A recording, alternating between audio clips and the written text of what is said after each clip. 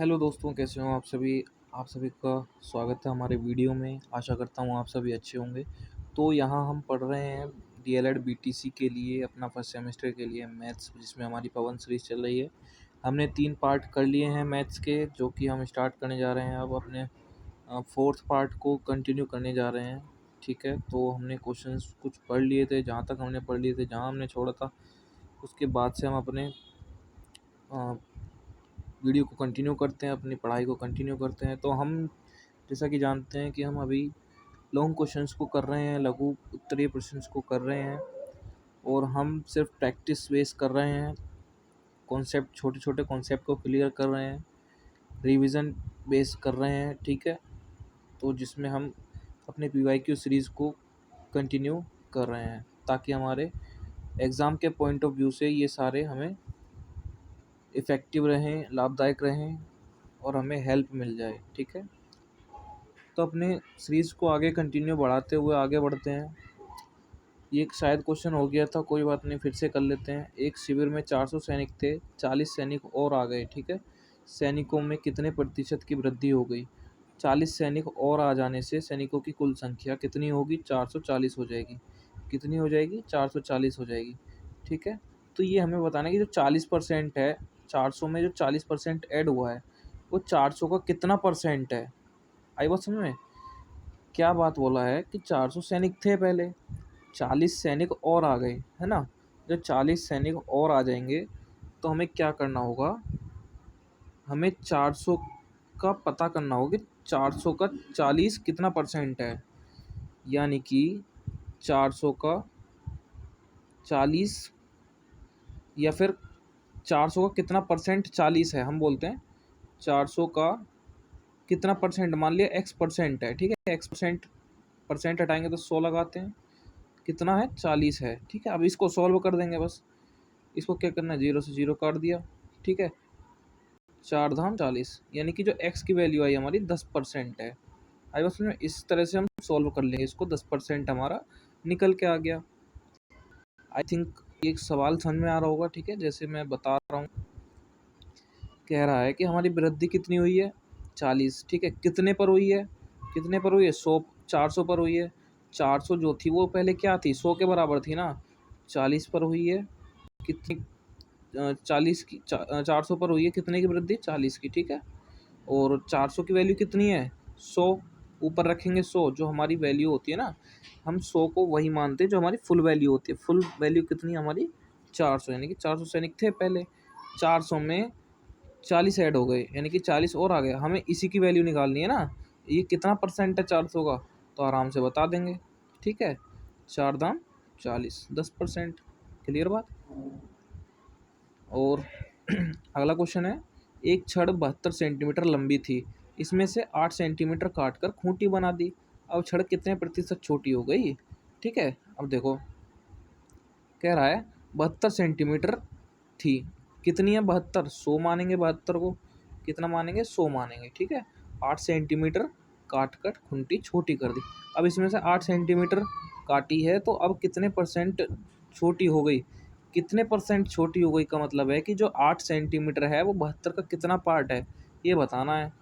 ऐसे करेंगे, 8 को बताना है कि 72 का कितना पार्ट है। ठीक है, तो 72 किसके बराबर है? 100 के बराबर, यानी कि 72 100 के बराबर है ना, तो इसको ऐसे लिख देंगे।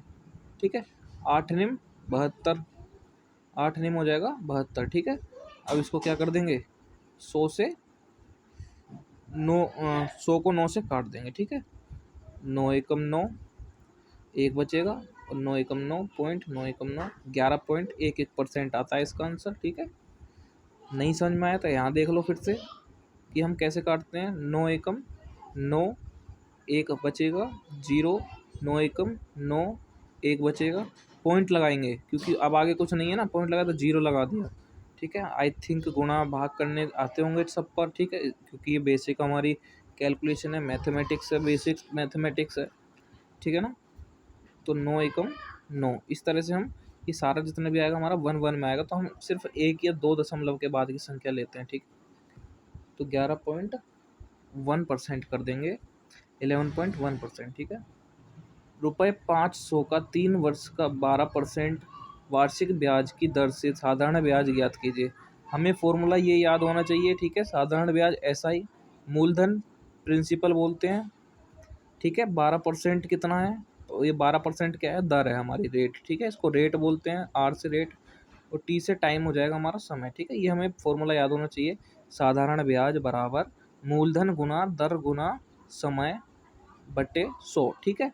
बटे 100 क्यों लगाते हैं, क्योंकि ये 12% में आता है। जो परसेंट में क्या आता है, कि जो हमारी दर होती है ना, वो परसेंट में होती है। परसेंट का साइन हटाएंगे तो बटे 100 कर देंगे, ठीक है। या फिर हम इसको ऐसे लिख सकते हैं, SI बराबर, यानी कि साधारण ब्याज मैं हिंदी में लेता हूँ ताकि तुम लोग कन्फ्यूज ना हो, ठीक है। मैं बस इंग्लिश में थोड़ा ट्रांसलेट कर देता हूँ ताकि आप लोग जानो उस चीज़ को, ठीक है। जैसे साधारण ब्याज मैंने किया, ठीक है। साधारण ब्याज बराबर मूलधन गुना दर परसेंट, ठीक है। दर परसेंट, जैसे दर परसेंट यानी कि 12% गुना समय, ठीक है। अब मैं परसेंट को हटाता हूँ तो 100 आ जाता है यहाँ पे, ठीक है। वही चीज़ है ये, ठीक है। आई बात समझ में। अब हमें जो वैल्यू दी हुई है उसको रख देंगे। अब हमें साधारण ब्याज ही तो पूछ रहा है, ये साधारण ब्याज पूछा है, इसके अंदर रख देंगे। हमें बस इतना ध्यान रखना है, ये तीनों, अब ये चीज़ मूलधन ये हो गया, टाइम ये हो गया, समय, ठीक है। और ये क्या हो गया हमारा 12%। तो मूलधन में क्या करना है हमें, मूलधन हो गया हमारा 500 गुना दर कितना हो गया 12, यानी कि 12%, है ना।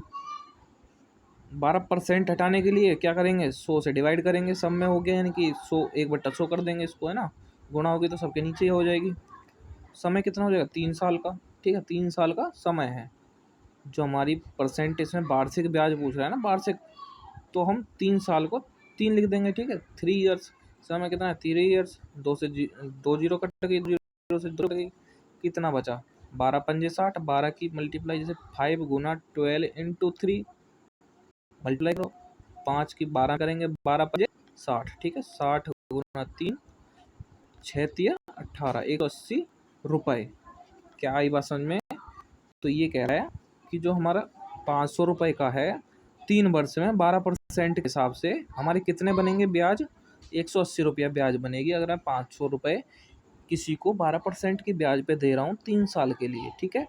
तो वो मुझे कितने लौट आएगा, या फिर कितनी ब्याज देगा, पहले तो मैं पूछ लेता हूँ कितनी ब्याज देगा वो मुझे 12% के हिसाब से 3 साल में कितनी ब्याज देगा वो, कितनी देगा 180 रुपये, ठीक है। ये 3 साल में दे रहा है। अगर मैं 1 साल की बात करूँ कि 12% से 1 साल में 500 रुपये पर, ठीक है, कितनी ब्याज होगी, कितनी ब्याज होगी 3 साल में इतनी है, तो 1 साल में कितनी होगी, 3 से डिवाइड कर दूंगा, 6 तिया 18, यानी कि 60 रुपये, ठीक है। 1 साल में कितनी हो जाएगी 60 रुपये ब्याज हो जाएगी 12% पर, ठीक है। ये 1 साल की है, ठीक है, साधारण ब्याज। आई बात समझ में, 180 रुपये, ठीक है। अब मैं कहूँ, ये तो हो गई साधारण ब्याज। देखो साधारण, देखो एक होता है मूलधन। मूलधन का मतलब होता है कि जो मैं पैसे दे रहा हूँ या फिर लगा रहा हूँ, ठीक है। 500 रुपये ये मेरी जेब से जा रहे हैं, ठीक है। मैंने किसी बैंक में या किसी आदमी को या किसी को कर्ज दिया, या फिर मैंने बैंक में जमा कर दिए, ठीक है। मान लो कि 500 रुपये मैंने क्या किया, बैंक में जमा कर दिए, है ना, 3 साल के लिए। और 12% का इंटरेस्ट देगी बैंक मुझे, मतलब कि इस पर इंटरेस्ट का मतलब होता है ब्याज, ठीक है। ब्याज मतलब इसमें जितना पैसा है उसके हिसाब से परसेंट और टाइम के अकॉर्डिंग वो ब्याज हमारी बढ़ती रहती है, ठीक है। अगर ये टाइम ज़्यादा रहेगा, ब्याज ज़्यादा रहेगी, परसेंट, तो उसी हिसाब से बढ़ती रहती है, पैसा बढ़ता रहेगा। अगर ब्याज और टाइम कम हो जाएगा, परसेंट कम हो जाएगी, तो क्या पैसा भी कम निकलेगा इसमें से 500 का। या फिर मैं मूलधन बढ़ा दूँ तो भी मेरा क्या होगा, साधारण ब्याज बढ़ेगी, है ना। ये क्या है, मूलधन बढ़ाऊंगा तो भी मेरी साधारण ब्याज बढ़ेगी, बराबर है ना, ये देखो, है ना। दर बढ़ाऊंगा तो भी मेरी ये बढ़ेगी साधारण ब्याज, समय बढ़ाऊंगा तो भी मेरी क्या बढ़ेगी, साधारण ब्याज ही बढ़ेगी। आई बात समझ में। तो मैं कुछ भी बढ़ाऊँ तो क्या बढ़ेगी, मेरी साधारण ब्याज बढ़ेगी। पहली चीज़ मैंने क्या समझा कि मूलधन जो होता है वो हमारी प्रिंसिपल होती है, वैल्यू जितना हम पैसा लगा रहे हैं या फिर किसी को दे रहे हैं, जो हमारी ओरिजिनल पैसा होता है, ठीक है। उसके बाद जो हमें इस पैसे के बदले, इस पैसे से कितना प्रॉफिट हो रहा है या फिर कितना इंटरेस्ट मिल रहा है, ब्याज मिल रहा है, उसे बोलते हैं हम साधारण ब्याज, यानी कि ब्याज, ठीक है। इंटरेस्ट वो किस रेट पर मिलता है, वो रेट हमारा ये होता है, यानी कि 12% पे, जैसे 12% हो गया, 3%, 4% ऐसे भी होता है, ठीक है। अपने हिसाब से हर जगह होता है। और कितने टाइम के लिए, वो 3 वर्ष होता है कि हम 500 रुपये को कितने टाइम में कर रहे हैं, ठीक है। मान लो कि मेरा 180 रुपये आया है 3 वर्ष में, ठीक है। 180 रुपये, ये मुझे 180 रुपये मिला 500 के साथ। देखो 500 तो मेरा जमा हुआ, ठीक है। 500 से मैंने कितना फ़ायदा किया, 180 का। अब 500 के साथ जो ये हो मेरा साधारण ब्याज, ठीक है। इसको बोलूँगा मैं साधारण ब्याज। अब इसको क्या बोलूँगा, मूलधन हो गया, इसको बोलते हैं मिश्र धन, ठीक है। मिश्र धन किसे बोलते हैं, मिश्र धन, मिश्र धन बोलते हैं ब्याज बराबर, सॉरी ब्याज प्लस मूलधन, ठीक है, मूलधन। अब जो मेरा 500 रुपये है, मुझे भी तो लेना है उससे, बैंक वाले से 180 रुपये का तो ब्याज मिल गया मुझे, 500 भी तो देगा मेरा, वापस लौटाएगा ना 500। तो 500 और 180 ये जो दोनों हैं, ठीक है, दोनों रुपए मुझे लौटाएगा, पहले ब्याज भी लौटाएगा और 500 रुपये जो मैंने लगाए थे वो भी लौटाएगा, है ना। तो कितने हो गए, 680 रुपये। तो मेरा मिश्र धन है ना, वो बना मेरा 680 रुपये, ठीक है। मुझे प्रॉफिट कितने का हुआ, 180 रुपये का, जो इसमें साधारण ब्याज लगा है मेरा, है ना, मिश्र धन से। अब मिश्र धन जो मेरा हुआ है टोटल 680 रुपये। अगर ये मिश्र धन पूछेगा तो हम ऐसे कर देंगे, यानी ब्याज निकाल के ऐसे साधारण ब्याज निकालेंगे, तो उसमें अपना मूलधन जोड़ देंगे, 680 हो जाएगा, है ना। साधारण ब्याज पूछेगा तो नॉर्मल ऐसे सॉल्व कर देंगे, तो साधारण ब्याज आ जाएगा, ठीक है। इस फॉर्मूले को याद रखना। आई बात समझ में, कुछ समझ में ना आया था मुझसे पूछ लेना, ठीक है।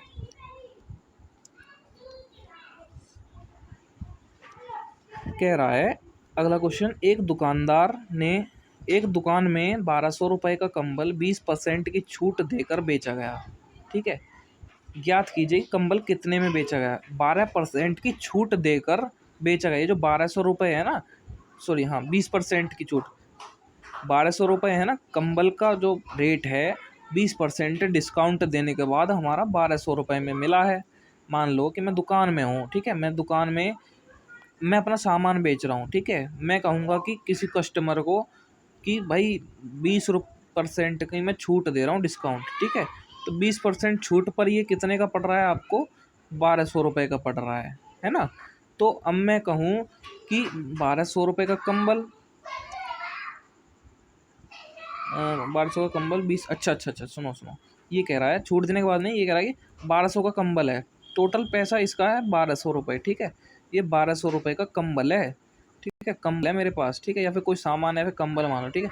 मैं इस पे कहूँ कि ये 12% की मैं छूट दे रहा हूँ, ठीक है, आप समझना, ठीक है। ये कह रहा है 12% की छूट दे रहा हूँ, ये कितना है, ये 100% है, कितना है, 100% है, 1200 जो है कितना बराबर है, 100% है। अब मेरे को क्या करना है, 12% निकालना है इसका, सॉरी अरे 12 कह रहा हूँ, बार बार 12 क्यों आ रहा है, 20 है, ठीक है, सॉरी ये 20 है, कन्फ्यूज मत होना भाई, ठीक है, क्योंकि छोटी छोटी बात पे तुम लोग कन्फ्यूज हो जाते हो, है ना, कन्फ्यूज मत होना। अब ये जो ना 1200 है, इस 100% की वैल्यू है और 20% छूट दे रहा है, ठीक है। अब मैं क्या करूँगा, इसका क्या करूँगा बताओ, मैं क्या करूँगा कि 1200 जो है, किस 1200 का मैं क्या निकालूंगा, 80% निकाल लूँ, तो मेरे को क्या पता चल जाएगा कितने में बेचा गया, मुझे पता चल जाएगा। मान लो 20% की छूट दे दी, 100 में से 20% की जब मैंने छूट दे दी तो 80 तो बनेगा, मुझे 80 निकाल लूँगा, मैं 80% निकाल लूँगा, बस और कुछ नहीं निकालना मुझे। मान लो मैं 1200 का 80% निकाल लेता हूँ, पता है ना किसी संख्या का कितना परसेंट है, यानी कि कुछ परसेंट निकाल देना, कैसे निकालते हैं, परसेंट है, परसेंट को साइन हटाएंगे, ठीक, परसेंट का साइन हट गया, 100 लगा दिया मैंने, है ना। अब इसको सोल्व कर देंगे, ये 0 से 0 कैंसिल हो गया, ठीक है। सो फॉर दैट कि यार ये थोड़ा चल नहीं रहा है ठीक से, है ना, 1200 का 80% बट्टे 100, ठीक है, परसेंट हटाया मैंने, 100 लगा दिया, 0 से 0 कैंसिल, आई बात समझ में। अब क्या होगा, 12 अट्ठे 96, 0 960 रुपये, ठीक है। जो 960 रुपये है वो हमारा कंबल का रेट है, 20% छूट देने के बाद कितने में बेचा गया, 960 रुपये में। एक ट्रिक ये हो गई, ठीक है। और पहली चीज़ तो ये जो दे रखी है, इसमें क्या निकाला है, 20% इसने निकाला, 240 रुपये, फिर 240 जो 20% की छूट दी इसने, यानी कि 240 रुपये की छूट दी, तो इसमें से डायरेक्ट इसको माइनस कर दिया 240 को, ठीक है, ये 240 है, 1200 में से 240 इसने माइनस कर दिया, 960 हो गया, है ना। अगला क्वेश्चन है, टेप रिकॉर्डर 12% की हानि से 880 में बेचा गया, 12% की हानि हुई है तो 880 में बेचा गया है भाई। अब कह रहा है कि मान लो 880 को हम देखो 100% मान लेते हैं, 12% की हमारी हानि हुई है, ठीक है। 12% देखो, विक्रय मूल्य बराबर क्रय मूल्य माइनस हानि, विक्रय मूल्य बराबर क्रय मूल्य माइनस हानि, ठीक है। देखो हमें हानि कब होती है, हानि कब होती है, जब हमारा क्रय मूल्य, जब हमारा क्रय मूल्य ज़्यादा हो और विक्रय मूल्य कम हो, यानी कि अगर मैं खरीद के लाऊं ज़्यादा में और बेचूं कम कीमत में, तो मुझे क्या होगा भाई, जाहिर सी बात है नुकसान होगा। क्रय मूल्य ज़्यादा होगा और विक्रय मूल्य कम होगा, है ना। कम में बेचूंगा तो क्या होगा, मेरे को नुकसान होगा, यानी कि हानि होगी। और लाभ कब होता है, जब मैं बेचूं ज़्यादा में, यानी विक्रय मूल्य ज़्यादा हो मेरा और माइनस करूं उसमें से क्रय मूल्य, ठीक है, क्रय मूल्य मेरा कम हो। अगर मैं कम पैसे 500 की चीज़ ला रहा हूँ 700 रुपये में बेच रहा हूँ, तो मेरा लाभ होगा ना। मैं 500 की चीज़ ला के 700 में बेचूंगा तो 200 का लाभ होगा, है ना। तो मतलब कि ये मैं 700 रुपये में बेच रहा हूँ, ठीक है, 700 रुपये में माइनस 500 कर दूँ तो कितना होगा, 200 का लाभ होगा मेरा। क्लियर बात। इस तरह से वो कह रहा है कि विक्रय मूल्य बराबर क्रय मूल्य माइनस हानि, है ना। अब मुझे इसमें से विक्रय मूल्य निकालना है। क्रय मूल्य मैंने माना 100 रुपये है ना। 12% की क्या हुई है, हानि हुई है। अब मैं देखो हानि कैसे निकाली थी अभी बताई ना। जैसे हानि को क्रय मूल्य में से विक्रय मूल्य घटा दूंगा, क्रय मूल्य में से विक्रय मूल्य घटा दूंगा तो हानि आ जाएगी। ये हानि बराबर ये क्या होगा, क्रय मूल्य माइनस विक्रय मूल्य, ठीक है, क्योंकि क्रय मूल्य ज़्यादा होगा यहाँ पे, विक्रय मूल्य कम होगा। खरीदी ज़्यादा होगी और बिक्री कम होगी, है ना।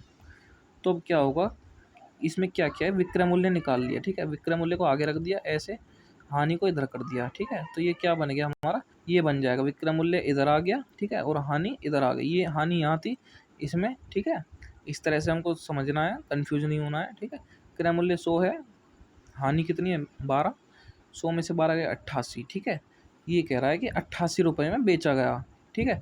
असली कीमत क्या है यहाँ पे, 888, ठीक है। बेचा कितने में, 88 रुपये में यहाँ पर, ठीक है, 88 रुपये में। तो क्रय मूल्य कितना है, 100 रुपये, है ना। तो 88 में बेचा गया है, लेकिन असली असली प्राइस कितना है इसका, बेचा कितने में है, 88 रुपये में। क्रय मूल्य जो हमने माना है 100 रुपये है, ठीक है। तो क्या करना है अब इसका, क्या करना है, जो 88 है, 88 100 है, वो किसके बराबर है, 88 के, है ना। उसका क्रय मूल्य पूछ रहा है। ये जो 880 है, ये ना 880 किसके बराबर है, इसके, ठीक है। 880 किसके बराबर है, इसके। मुझे क्या मांग रहा है, 100 की वैल्यू निकालवा रहा है, ठीक है। इससे ही कट जाएगा 10 बार में, 10 गुना 100 हो जाएगा, यानी कि 1000। आई बात समझ में, ये क्या हो जाएगा 1000। अब थोड़ा बुकी लैंग्वेज से समझ लेते हैं, कन्फ्यूज नहीं होना है, मैं 2 तरीके से समझा रहा हूँ तो, ठीक है, जैसे भी समझ में आए वैसे कर लेंगे, ठीक है। 88 विक्रय मूल्य है तो क्रय मूल्य 100 रुपये बता दिया, जैसे हमने मान लिया यहाँ पे। एक विक्रय मूल्य देखो, इसमें 88 का इतना है, एक विक्रय मूल्य निकालूंगा तो 88 जो ना बट्टे में चला जाएगा 100 के, ठीक है। 88 किस में चला जाएगा, बट्टे में, क्योंकि यहाँ पे अगर मान लो 88 गुना 1 लिख दूँ मैं, 88 गुना, ठीक है, इसको यहाँ पहुँचाऊँगा, यानी कि जब मैं 88 चीज़ की 88 विक्रय मूल्य का क्रय मूल्य निकालूं, अगर 88 विक्रय मूल्य है तो क्रय मूल्य निकालूं 100 रुपये है। अगर एक एक विक्रय मूल्य होगा तो क्रय मूल्य कितना होगा, 100 पर 88, है ना, 100 पर 88, ठीक है। तो ये मेरा क्रय मूल्य हो जाएगा। अब मैं क्या बोलूँ, मेरा 880 विक्रय मूल्य है जो असली वाला है, ठीक है, 880। अब देखो 100/88, यहाँ पे एक में मल्टीप्लाई करी 888 की, यहाँ भी इसकी मल्टीप्लाई कर दूंगा 888, वही चीज़ है ना। पहले हमने ऐसे लिखा था 888/88, यानी कि 88 की वैल्यू 880 गुना 100 की वैल्यू निकालनी है हमें। 88 की वैल्यू हमें पता ही है ना, 12% के बाद हमारी इतनी है ना, इतने में बेचा गया। 12% हानि जो हमारी हुई है, 12% हानि हुई 100 में से, इतने में बेचा गया। ये 88% की वैल्यू है, ठीक है, 100% बतानी है। सिंपल सॉल्व हो जाएगा फिर ऐसे, ठीक है ना। एक फर्नीचर विक्रेता ने एक सोफ़ा सेट 5% लाभ से 4620, यानी कि 4620 में बेचा। ये कह रहा है कि हमें क्या बताना है, उसका लाभ बताना है, ठीक है। 5% लाभ से, मान लो हमारा जो पैसा होता है वो 100 होता है, ठीक है। 5% का लाभ कब होगा, खरीदा कितने का होगा, 100 रुपये का, उसने 105 में क्या कर दिया, बेच दिया, यानी कि 5% का लाभ हो रहा है ना। 100% में खरीदा, 5% में क्या हो रहा है, प्रॉफिट हो रहा है 105 में। ये कह रहा है असली जो कीमत है इसकी 4620, ठीक है, लाभ से 4620, यानी कि 105 की वैल्यू 46/20 है ना। अब इसको सॉल्व कर लूँगा कैसे कि 46/20 किसकी वैल्यू है 105 की, है ना। क्या पूछ रहा है ये पूछ रहा है कि लाभ कितने का हुआ इसे, लाभ उसका लाभ ज्ञात कीजिए, है ना। क्या पूछ रहा है ये 5% की वैल्यू पूछ रहा है ना।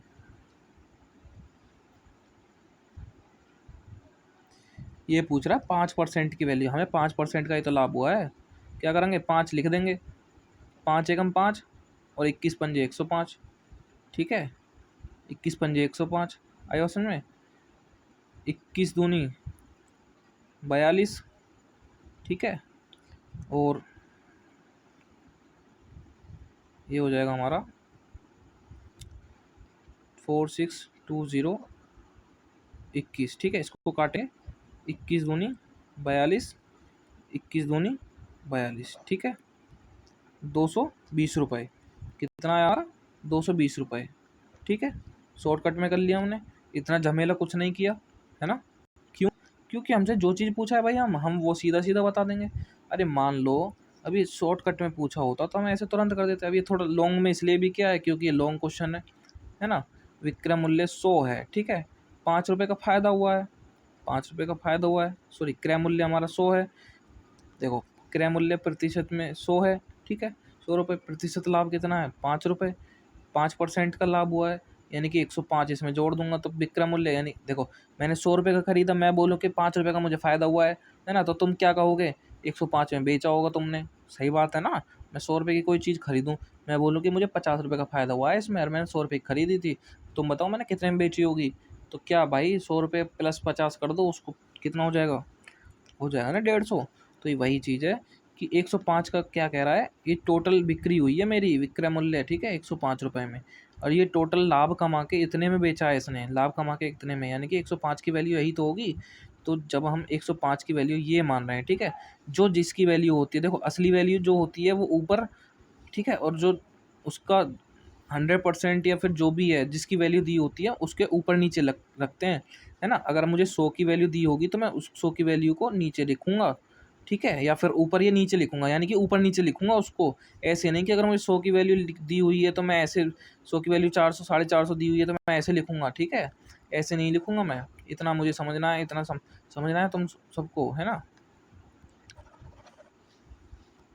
कंफ्यूज मत होना इस चीज़ में, थोड़ा प्रैक्टिस से आएगा ये सब।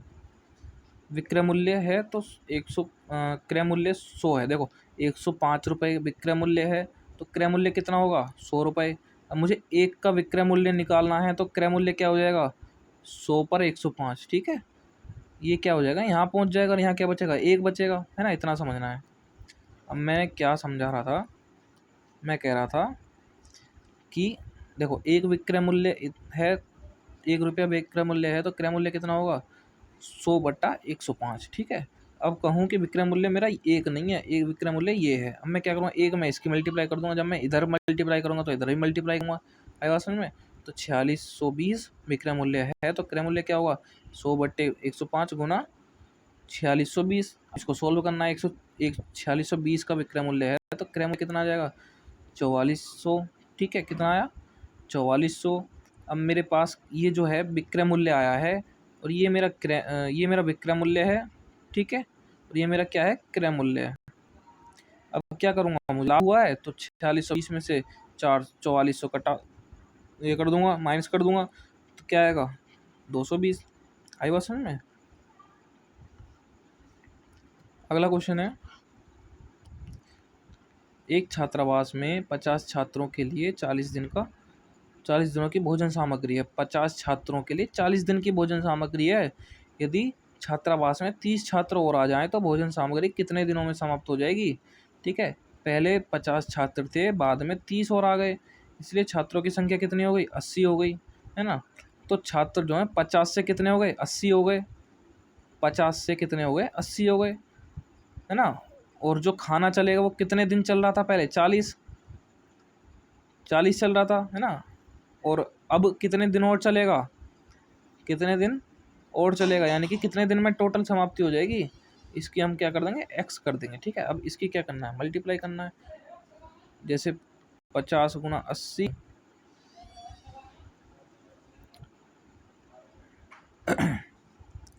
जैसे ये बोल रहा है ना 50 छात्र थे, 30 ऐड हो गए, है ना।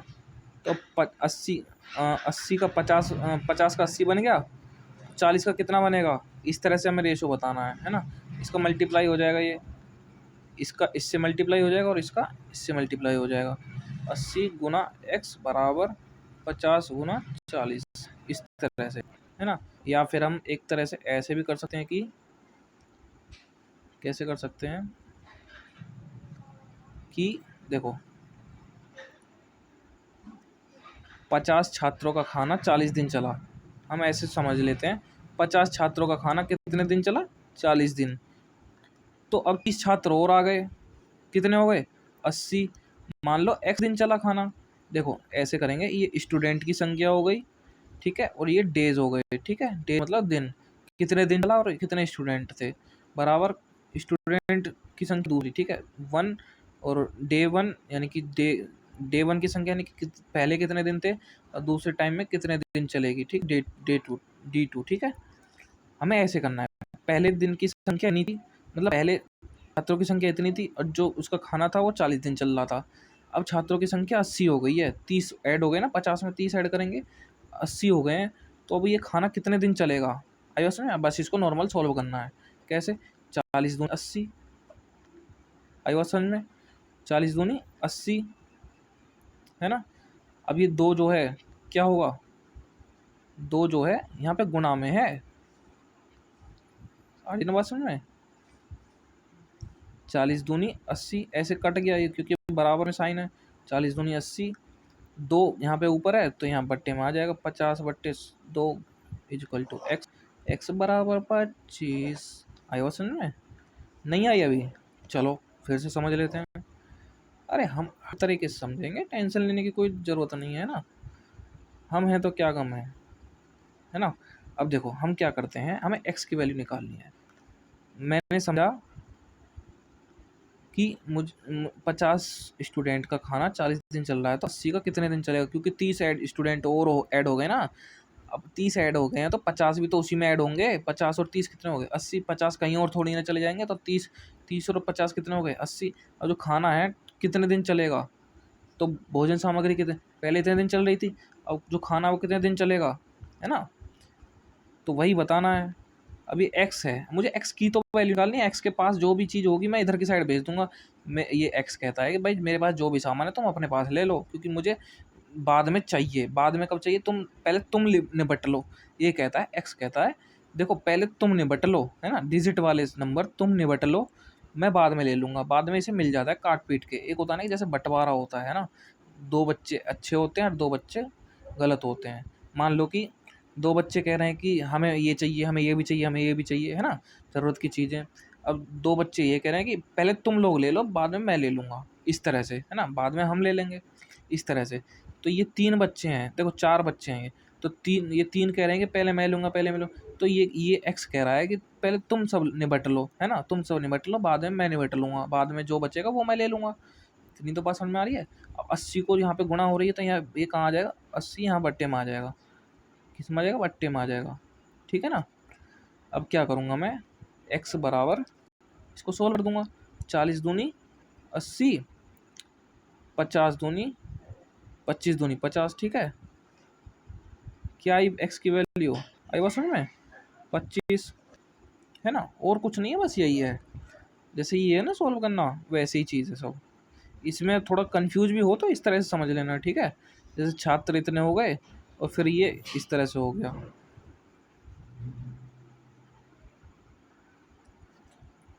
ठीक है। इसमें थोड़ा भी समझ में ना आ रहा होगा तो ये समझ में आ गया होगा, है ना। छात्रों की, पहले छात्रों की संख्या, पहले दिनों की संख्या, दूसरे छात्रों की संख्या, दूसरे दिनों की संख्या, इस तरह से लिख देंगे, इसे सोल्व कर देंगे, आसान है ना। एक कक्षा में 60 विद्यार्थी थे, 50% विद्यार्थी प्रथम श्रेणी में, 40% विद्यार्थी तृतीय श्रेणी में तथा शेष तृतीय श्रेणी में उत्तीर्ण हुए। ज्ञात कीजिए कितने विद्यार्थी तीसरी श्रेणी में प्राप्त हो। देखो 60 विद्यार्थी का मतलब है, देखो मैंने क्या बताया, जो टोटल नंबर होते हैं, कुछ भी हो, टोटल नंबर 50 हो 60 हो, उसको हम 100% मानते हैं, है ना, 100% मानते हैं, क्या मानते हैं, 100%।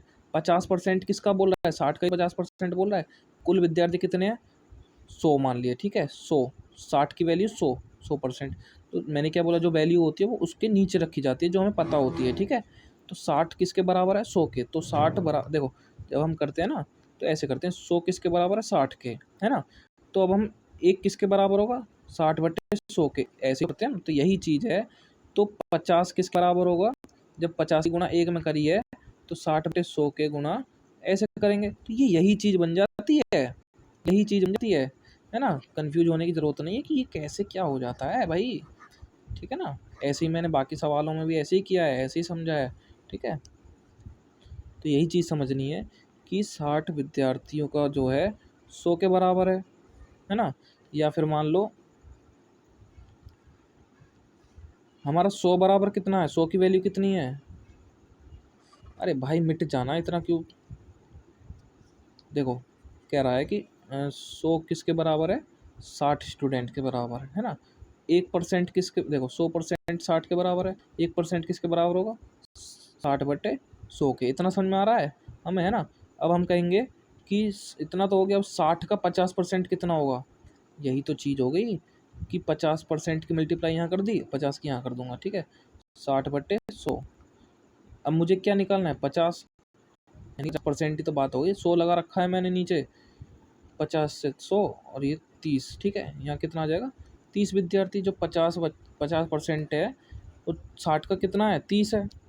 देखो भाई 100 एक होता है, 100 कितना होता है, 100 एक पूरा होता है ना। 50% कितना आधा होगा ना, आधा होगा ना। तो 60 का आधा कितना हो गया, 30, 30 विद्यार्थी हो गए, आई बात समझ में। अब 60 का 40% कितना होगा, 24 विद्यार्थी। उसी तरह से सोल्व करना है। तृतीय श्रेणी में कितने होंगे, अब ये 30 और 24 को ऐड करके 60 में से माइनस कर देंगे। 30 और 24 कितने हो गए, 54, और 54 60 में से माइनस कर देंगे इसको, तो 6 विद्यार्थी। क्लियर बात। अगला क्वेश्चन है, ए बराबर -2 रखना है। ये ए स्क्वायर लिखा हुआ है, ठीक है, कन्फ्यूज मत होना। अच्छा ए स्क्वायर, हाँ ठीक है, ए स्क्वायर लिखा हुआ है, तो ये ए स्क्वायर है। ए की वैल्यू रखनी है -2, ए की वैल्यू -2 रखनी है इसके अंदर, ठीक है।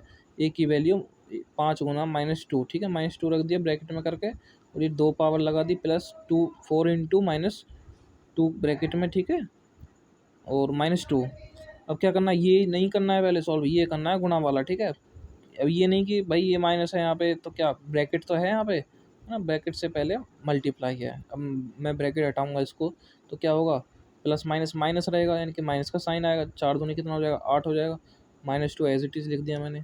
फिर इसको मल्टीप्लाई करूँगा, 2 की पावर 2 है यहाँ पे, ठीक है, 2 दूनी 4 हो जाएगा। माइनस माइनस कितना हो जाएगा, प्लस हो जाएगा। जब माइनस इंटू माइनस करूँगा तो कितना होगा, यानी -2 गुना -2 करूँगा तो कितना होगा, 2 दूनी 4 हो जाएगा ना प्लस का। मल्टीप्लाई होगी माइनस माइनस की कितनी हो जाएगी, प्लस हो जाएगी, ठीक है ना। और क्या है, इसको आगे सोल्व कर देंगे। अगला क्वेश्चन ये है, इसको खुद से करना, ठीक है।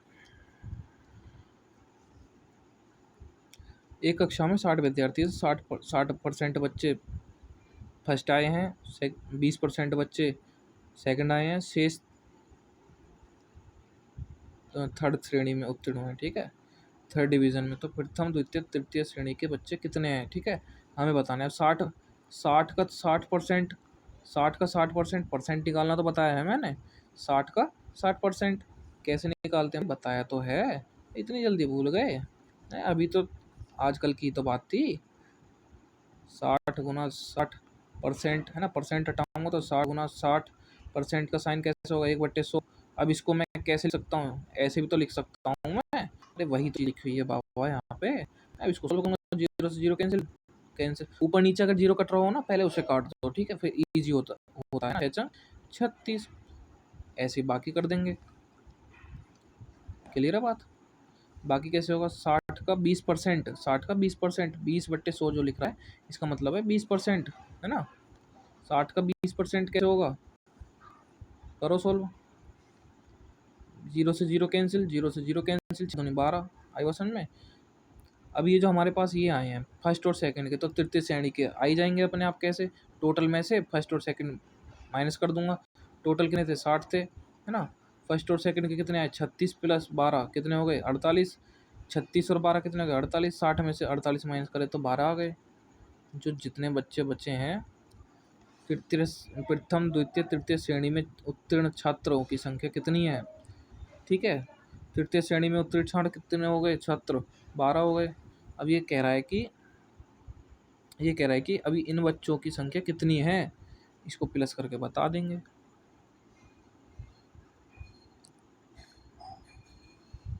मतलब ये अलग अलग पूछ रहा है ना, प्रथम द्वितीय तृतीय श्रेणी में छात्रों की संख्या अलग अलग बता दी हम, 36, 12, 48। ठीक है, अच्छा 48 से 2 किया और तीसरे की क्या हो जाएगी? 12%। आई हो समझ में?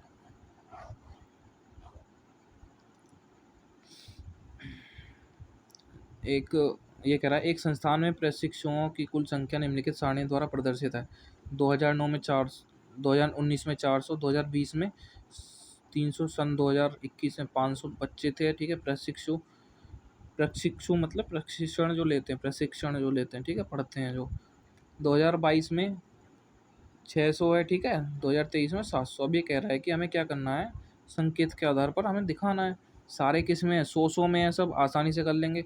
ये 100 को अगर हम एक मान लें, एक प्रशिक्षु, ठीक है, एक प्रशिक्षु मान लें 100 को, तो कैसे होगा सॉल्व?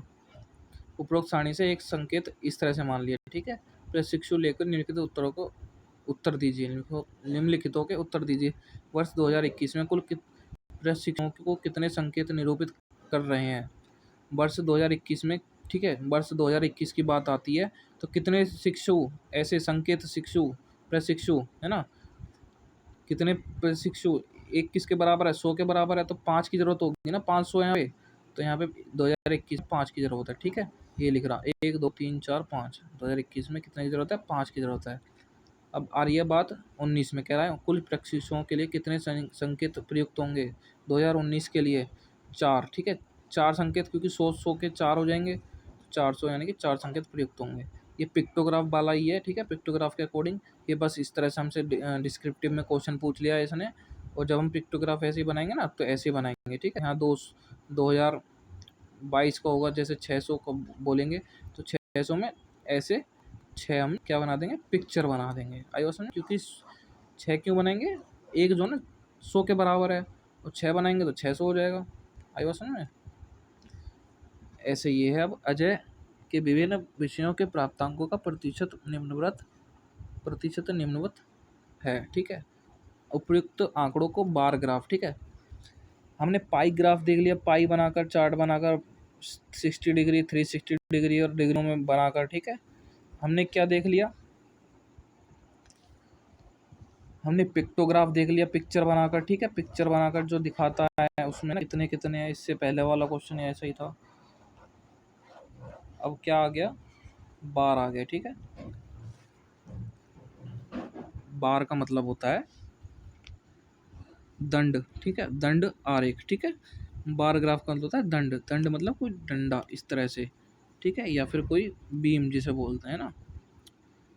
तो इस तरह से हम बताते हैं, इसकी जो लिमिट बनाते हैं, लिमिट बनाकर हम इसको बताते हैं, रेंज बनाकर, है ना। कैसे होगा भी? जैसे 20, 40 इस तरह से हम पैमाना खींचते हैं।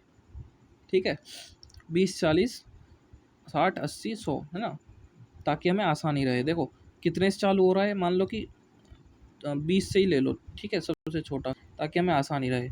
हम कुछ भी लिख सकते हैं इसमें आसानी से, जैसे कि हम 10 भी लिख सकते हैं, 10, 20, 30, 40 इस तरह से। लेकिन हमें फिर ये खींचना पड़ेगा। कैसे? जैसे 40 से थोड़ा नीचे 39 है ना, और 40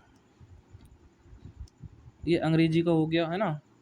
अंग्रेजी का देखो ये 50 पर कर रखा है, लेकिन 50 यहाँ पे मान लो 50 से थोड़ा नीचे हो जाएगा, यहाँ पर 45 हो जाएगा, ये थोड़ा नीचे आना चाहिए, तो ये 45 मांग रहा है ना।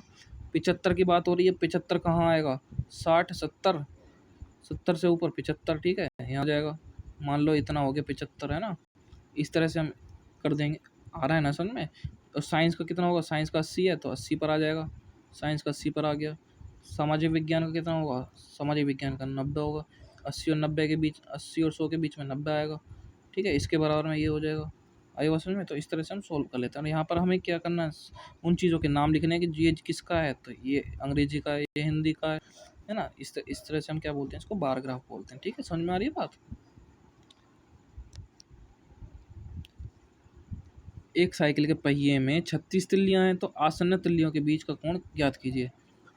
ठीक है, एक साइकिल कैसी होती है, साइकिल का पहिया कैसा होता है, वृत्ताकार। ठीक है, कह रहा है 36 तिल्लियाँ हैं, इस तरह से साइकिल का पहिया है ना। इसमें कितनी तिल्लियाँ हैं, तिल्लियाँ बोलते हैं इसको, जो रिम होती है साइकिल की, उसके अंदर तिल्लियाँ होती हैं। ठीक है, इस तरह से, है ना। अब ये कह रहा है कि 36 तिल्लियाँ हैं, है ना, 36 तिल्लियाँ हैं, तो दो तिल्लियों के बीच, आसन्न आसन्न तिल्लियों का मतलब है कि दो तिल्लियों, किसी किन्हीं दो तिल्लियों के बीच में जो कोण बनेगा वो कितने का बनेगा, है ना, ये हमें बताना है।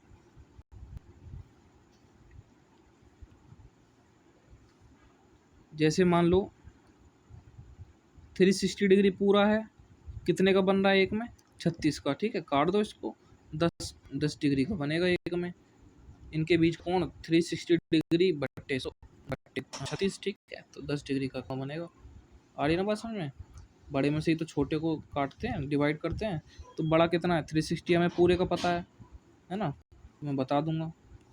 मान लो मेरे पास 4 टॉफ़ी हैं, तो मैं उसको 2 लोगों के बीच बांटना चाहता हूँ, है ना। तो उसको कितने कितने में बांटूंगा, 2 से डिवाइड कर दूंगा, 2 दूनी 4, यानी कि दोनों को 2 2 दूंगा। आई बात समझ में। ऐसे ही बात कर रहा है कि मेरे पास अगर 360 जगह है, 360 घेरा है, ठीक है, तो कह रहा है मैं 36 तिल्लियों को कैसे डिवाइड करूँ इनमें, यानी कि ताकि बीच में सब में सेम डिग्री रहे, यानी कि सब में कितना रहे, तिल्लियों के बीच कोण बताना है। कोण सब में बराबर रहेगा तिल्लियों में। 36 बार काटूंगा तो 10 बार में कट जाएगा, 36 बार 36 से। ठीक है ना। 6 सेंटीमीटर लंबाई, 4 सेंटीमीटर चौड़ाई के आयत की रचना करें, इसके विकर्णों को नापकर संबंध स्थापित करें। ठीक है, आयत आयत आयत की रचना करें। ठीक है, ए बी सी डी की रचना की। ठीक है, ए बी सी डी इस तरह से, ए बी सी डी, हमें इस तरह से क्वेश्चन आएगा तो हम लिखते भी हैं उसमें, बताते हैं, तो बनाते भी। ठीक है, तो बिंदु सी बी को मिलाया। ठीक है, बिंदु सी बी को मिलाया, ये क्या हो जाएगी, हमारी विकर्ण हो जाएगी, है ना। विकर्ण बोलते हैं इसको, डायगोनल बोलते हैं इंग्लिश में, है ना। सी बी को मिलाया एवं बिंदु ए डी को मिलाया, ये क्या है हमारे, ये जो है डायगोनल। ठीक है, जो एक कोने से दूसरे कोने को मिलाते हैं, दूसरे विपरीत कोने को। ठीक है, इसे क्या बोलते हैं, डायगोनल। रेखा ए डी सी बी इस आयत का विकर्ण है। रेखा ए डी और बी सी या सी बी। ठीक है, बी सी बोल दो या सी बी बोल दो या फिर ए डी बोल दो या डी ए बोल दो। ठीक है, पाइथागोरस प्रमेय के अनुसार हम क्या करते हैं कि पाइथागोरस प्रमेय जो होती है हमारी, पाइथागोरस प्रमेय ये होती है ना, हमने पढ़ा है शायद या नहीं पढ़ा है, तो हम पढ़ लेते हैं। जो हमारा इस तरह से हमारा त्रिभुज बनता है, ठीक है, ये त्रिभुज ही तो बन रहा है यहाँ पे, जो 90 डिग्री का एंगल बना रही है, होता है 90 डिग्री का एंगल, सब में 90 डिग्री का होगा क्योंकि ये आयत है ना, 90 डिग्री का एंगल। तो अब हमें क्या जानना है, ये कह रहा है कि विकर्ण हमारा, विकर्णों को नापकर इस संबंध स्थापित किया है। विकर्ण नापने को बोल रहा है। विकर्ण जब हम नापेंगे, यानी कि इसकी लेंथ हमें बतानी है, इसकी लेंथ हमें बतानी है ना। तो हम देख रहे हैं कि जो लेंथ है दोनों की सेम होगी, दोनों की सेम होगी ना। तो जैसे ये कह रहा है, इसी तरह विकर्ण ए डी की गणना की जा सकती है, सी बी बराबर बी डी। पहले हम एक देख लेते हैं, जैसे कि सी बी, बी डी और सी डी। ठीक है, ये होता है हमारा आधार। ठीक है, बेस बोलते हैं इसको, आधार। ये क्या होता है हमारा लंब। ठीक है, लंब मतलब परपेंडिकुलर, लंब। ठीक है, और ये क्या हो गया हमारा आधार, और ये क्या हो गया हमारा इसको क्या बोलते हैं, कर्ण। ठीक है, कर्ण मतलब ये हो गया हमारा हाइपोटेनस। ठीक है, अब क्या करेंगे, इसका कहने का मतलब है कर्ण का जो स्क्वायर होता है, यानी कि इसकी लंबाई का स्क्वायर। ठीक है, कर्ण का स्क्वायर बराबर लंब के स्क्वायर प्लस आधार के स्क्वायर के होता है। लंब के स्क्वायर के बराबर, सॉरी, स्क्वायर के प्लस आधार के स्क्वायर के। ठीक है, आधार के स्क्वायर के योग के बराबर होता है ना। यही तो बात समझा रहा है यहाँ पे कि सी डी का स्क्वायर प्लस बी डी का स्क्वायर। ठीक है, सी डी का स्क्वायर प्लस बी डी का स्क्वायर, सी डी का स्क्वायर प्लस बी डी का स्क्वायर किसके बराबर, कर्ण के स्क्वायर, यानी कि बी सी या सी बी के स्क्वायर के बराबर। ठीक है ना, इतना ही समझा रहा है, यही चीज़ समझा रहा है।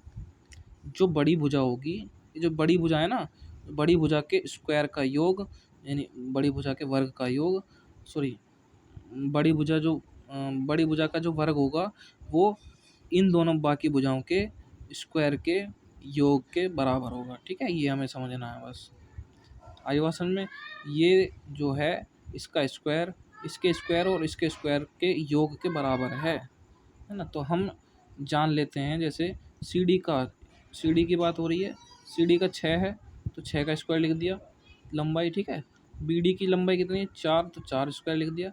सी बी स्क्वायर निकालना है, इसका हो जाएगा 36, 6 छः 36, 4 का हो जाएगा 16। ठीक है, 4 चौक 16। सी बी का स्क्वायर कैसे निकलेगा, 36 और 16 कितना हो जाएगा 52, है ना। सी बी का स्क्वायर, जब हम स्क्वायर को हटाएंगे तो यहाँ क्या आ जाएगा अंडर रूट। ठीक है, ये सी बी को हटा, सी बी पर हमने स्क्वायर लगा हुआ था, सी बी से स्क्वायर हटाया तो हमने क्या लगा दिया अंडर रूट, है ना। अब जो अंडर रूट है वो 7.21 सेंटीमीटर आया लगभग। ठीक है, ये क्या होती है हमारी कैलकुलेशन से ये आ जाएगी वैल्यू। ठीक है, 7.21।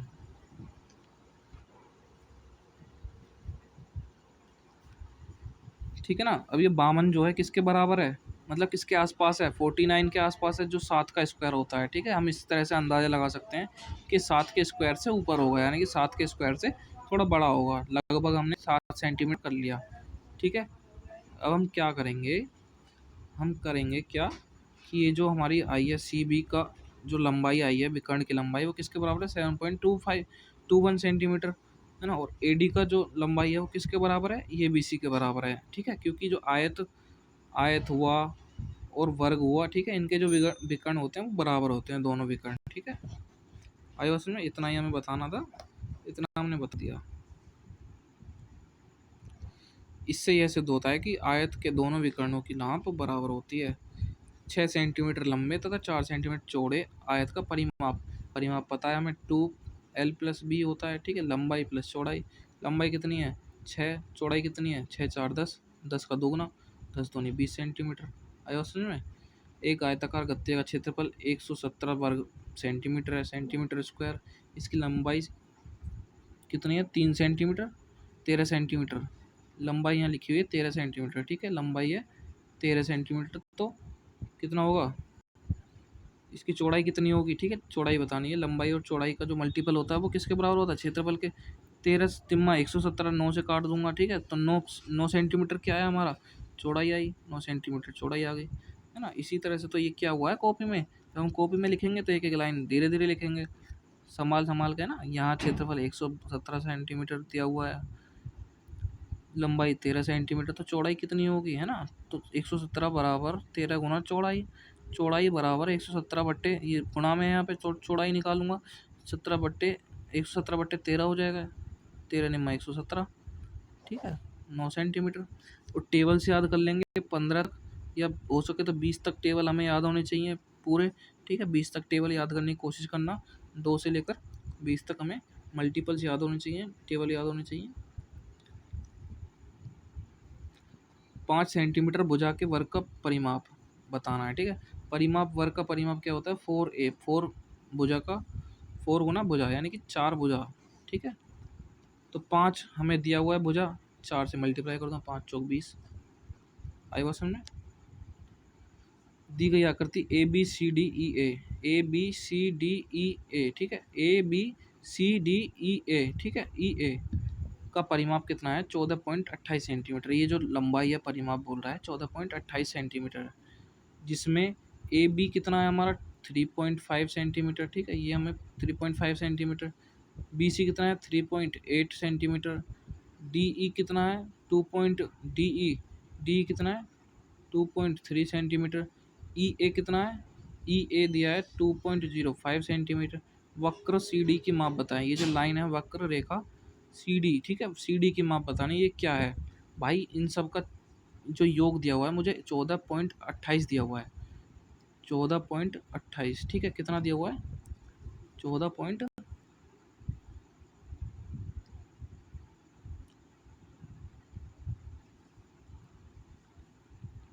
ये है 3.5। ठीक है, तो ये मेरे कितने हुआ 14.28। इसमें से क्या करूँगा, इसको माइनस कर दूंगा सारे को मिला के, इसमें से इसे माइनस कर दूंगा तो कितना आएगा, तो मुझे वो मिल जाएगा सी डी, ये जो बचा हुआ है इतनी बात समझ में आ रही है ना। तो ये क्या किया है इसने, यहाँ पे ए बी प्लस ए ई ये सब हमने क्या किया, भुजाओं के नाम लिख के बाद में बराबर कर दिया, यानी कि इनको सब की वैल्यू रख दी और डी सी की वैल्यू हमें बतानी है ना, डी सी की तो बतानी है।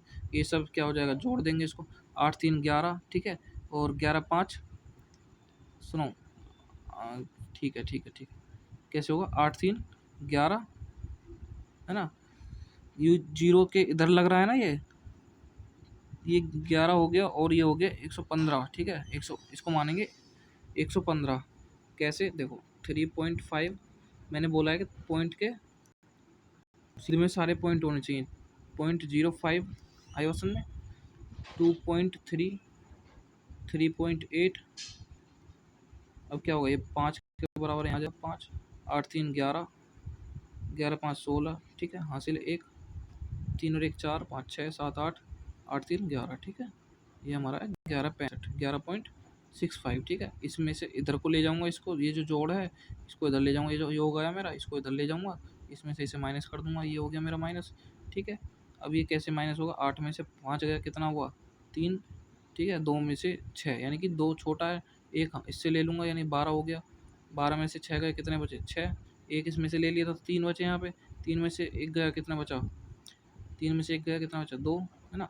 पॉइंट कहाँ पे, ये आ जाएगा पॉइंट, आंसर क्या है मेरा 2.63। किसी बहुभुज की समस्त भुजाओं समान है, किसी बहुभुज की समस्त भुजाएं समान है, सभी भुजाएं समान है तो समबाहु त्रिभुज कहते हैं। एक समषट की एक भुजा की माप 2.32 सेंटीमीटर है तो समषट भुज का परिमाप क्या होगा।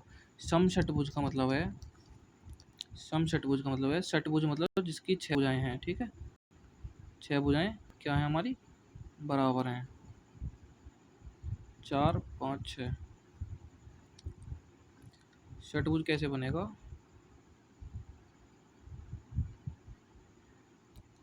1 2 3 4 5 6, ठीक है, षटभुज है ये हमारा, ये कह रहा है कि 6 भुजाएं बराबर हैं। जब हमारे पास 4 भुजाएं थी तो हम 4 से मल्टीप्लाई कर रहे थे, 4a यानी कि परिमाप के लिए, परिमाप निकालने के लिए 4a जोड़ रहे थे चारों को, है ना, इन 6 ये 6 हैं तो 6 बार जोड़ देंगे तो 6a हो जाएगा ना, 6 बार a जोड़ेंगे तो 6a हो जाएगा ना, यानी कि भुजा में, इसकी भुजा में 6 से मल्टीप्लाई कर देंगे, कितने से, 6 से मल्टीप्लाई, 6 इंटू 2.32, ठीक है, 6 दूनी 12, इसका क्या हो जाएगा 6 दूनी 12, हासिल 1, 6 3 18 और 1 19, ठीक है, एक हासिल, 6 दूनी 12 और 1 13, पॉइंट कहाँ आएगा, यहाँ पे 2 नंबर के बाद, ठीक है, जहाँ पे पॉइंट होगा जितने के बाद मल्टीप्लाई करने के बाद उतने पे ही पॉइंट लगा देंगे, आई क्वेश्चन में। हाँ ठीक है, अब क्या करते हैं, रमेश के बगीचे में विभिन्न प्रकार के फूलों के पौधे लगाए गए हैं, ठीक है, गेंदा, पैमाना क्या दिया हुआ है हमने, 10 फूल एक पैमाना, ठीक है, फूल और फूलों की संख्या, पैमाना कितना है 10 फूल एक के बराबर कर दिया है हमने, है ना।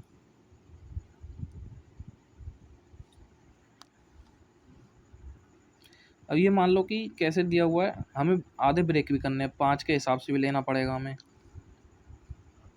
हम इस तरह से भी दिखा सकते हैं, कोई दिक्कत नहीं, इस तरह से भी दिखा सकते हैं, है ना, लेकिन हम अपने तरीके से दिखाना चाह रहे हैं, इसमें थोड़ा झंझट है। झंझट क्या है भाई, इसमें इसको पता नहीं कितना माना है, इसमें इसको क्या माना है, इसमें इसको 20 माना है, इसको 20 माना है, इसको 5 माना है, सॉरी इसको 10 माना है, ये गेंदे का दर्शा रहा है ना, इसको 10 माना है, इसको 10 माना है, इसको 5 माना है ना, फिर इसको जूही को 10 माना है, 10 माना है यहाँ पे, ये 5 और 5 इसको फिर 5 माना है, इस तरह से, है ना। तो हम इसमें 2 पिक्चर भी लगा सकते हैं, 2 पिक्चर का मतलब है कि एक को हम 5 5 के लिए दर्शा सकते हैं, जैसे कि एक फूल हमारा ऐसे हो गया, है ना, और 10 के लिए हम क्या कर सकते हैं, एक पूरा फूल बना सकते हैं 10 के लिए, ठीक है, 10 के लिए, है ना, इस तरह से।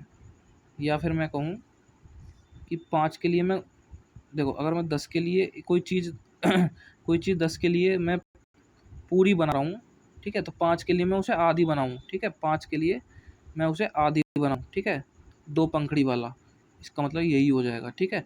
जब मुझे 15 बनाना होगा तो मैं 15 के बनाऊँगा, एक 10 बना दूँगा, ठीक है, और एक आधा बना दूँगा, 15 बन जाएगा। ये वही चीज़ है कि इसको 10 माना है, ठीक है, फूलों की संख्या इसको 10, यहाँ 5 की भी ज़रूरत है, गेंद के लिए 25 बना रहा है ना, 10 बनाया, इसको फिर आधा बना दिया। आई बात समझ में? जूही में इसने 10 बना दिया, चमेली में 15 चाहिए तो चमेली में 10 बना दिया और एक 5 बना दिया, ठीक है, 5 के लिए ये है ना? ये कितना है? 10, 20, 30, 40, यहाँ 45, यानी कि इसको भी आधा बना दिया इसने, ठीक है। ऐसा भी ये मत सोचना कि ये ऐसा ही है, ऐसा ही, इससे कोई दिक्कत नहीं है, पिक्चर थोड़ा इसने गलत लगा दिया है।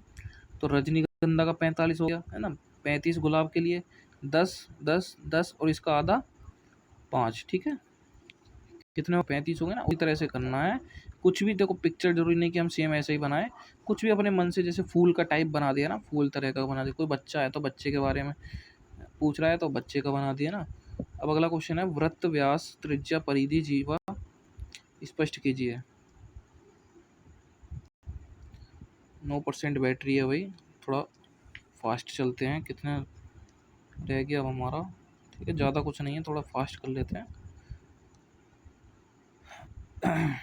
वृत्त, यदि प्रकार में, देखो, वृत्त, व्यास, त्रिज्या, परिधि, जीवा को स्पष्ट कीजिए। यदि प्रकार में एक पेंसिल लगाकर प्रकार की नोक किसी स्थान पर रखकर खींची जाए तो उसे क्या बनाएंगे? वृत्त की रचना हो जाती है वो, ठीक है। मैं पॉइंट रखता हूँ यहाँ पे, ऐसे पेंसिल घुमा दूंगा तो क्या बन जाएगा? प्रकार से मेरी क्या बन जाएगी? वृत्त बन जाएगी, ठीक है।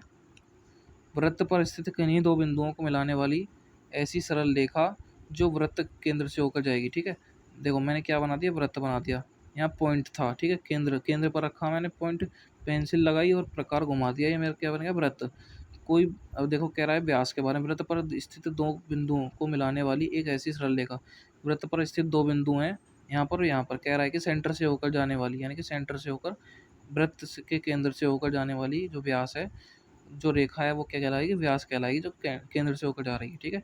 एक ही वृत्त पर सभी व्यास लंबाई में समान होते हैं, एक ही वृत्त पर सारे व्यास, यानी कि एक ऐसे भी व्यास हो जाएगा, ये भी व्यास हो जाएगा, ये भी व्यास हो जाएगा, ऐसे करके सेंटर से जाएगी तो ये भी व्यास हो जाएगा, ठीक है, ये भी व्यास हो जाएगा, है ना। तो व्यास तो कई सारे हो सकते हैं ना, लेकिन सारे क्या कहाँ से जाएंगे? सेंटर से जाएंगे, और सबकी लंबाई कैसी होगी?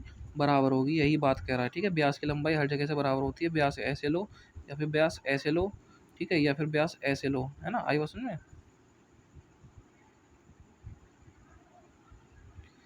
त्रिज्या क्या होती है? अब त्रिज्या व्यास की आधी होती है, व्यास की त्रिज्या आधी होती है, ठीक है। इस सेंटर से किसी बिंदु पर, ठीक है, वृत्त के केंद्र से परिधि तक की दूरी, ठीक है, किसी परिधि तक के बिंदु तक, ठीक है, दूरी क्या होती है? ये क्या होती है? किसी वृत्त के व्यास की लंबाई त्रिज्या की दोगुनी होती है, ठीक है, त्रिज्या के दोगुनी, यानी कि ये त्रिज्या है मेरी, तो ये त्रिज्या है, दोगुनी तो हो जाएगा, यही तो व्यास बन जाएगा मेरा, अर्थात व्यास बराबर 2 गुना त्रिज्या। परिधि, वृत्ताकार के घेरे परिमाप को उस वृत्त की परिधि कहते हैं, ठीक है। परिमाप का मतलब है कोई चीज़ जब हम घेर देते हैं उसको परिमाप कहलाती है, ठीक है। अब ये क्या है? हमारी बाउंड्री जो है, ये हमारी क्या है? परिधि, सरकमफ्रेंस बोलते हैं इसको, पेरीमीटर जिसे बोलते हैं इंग्लिश में, परिमाप।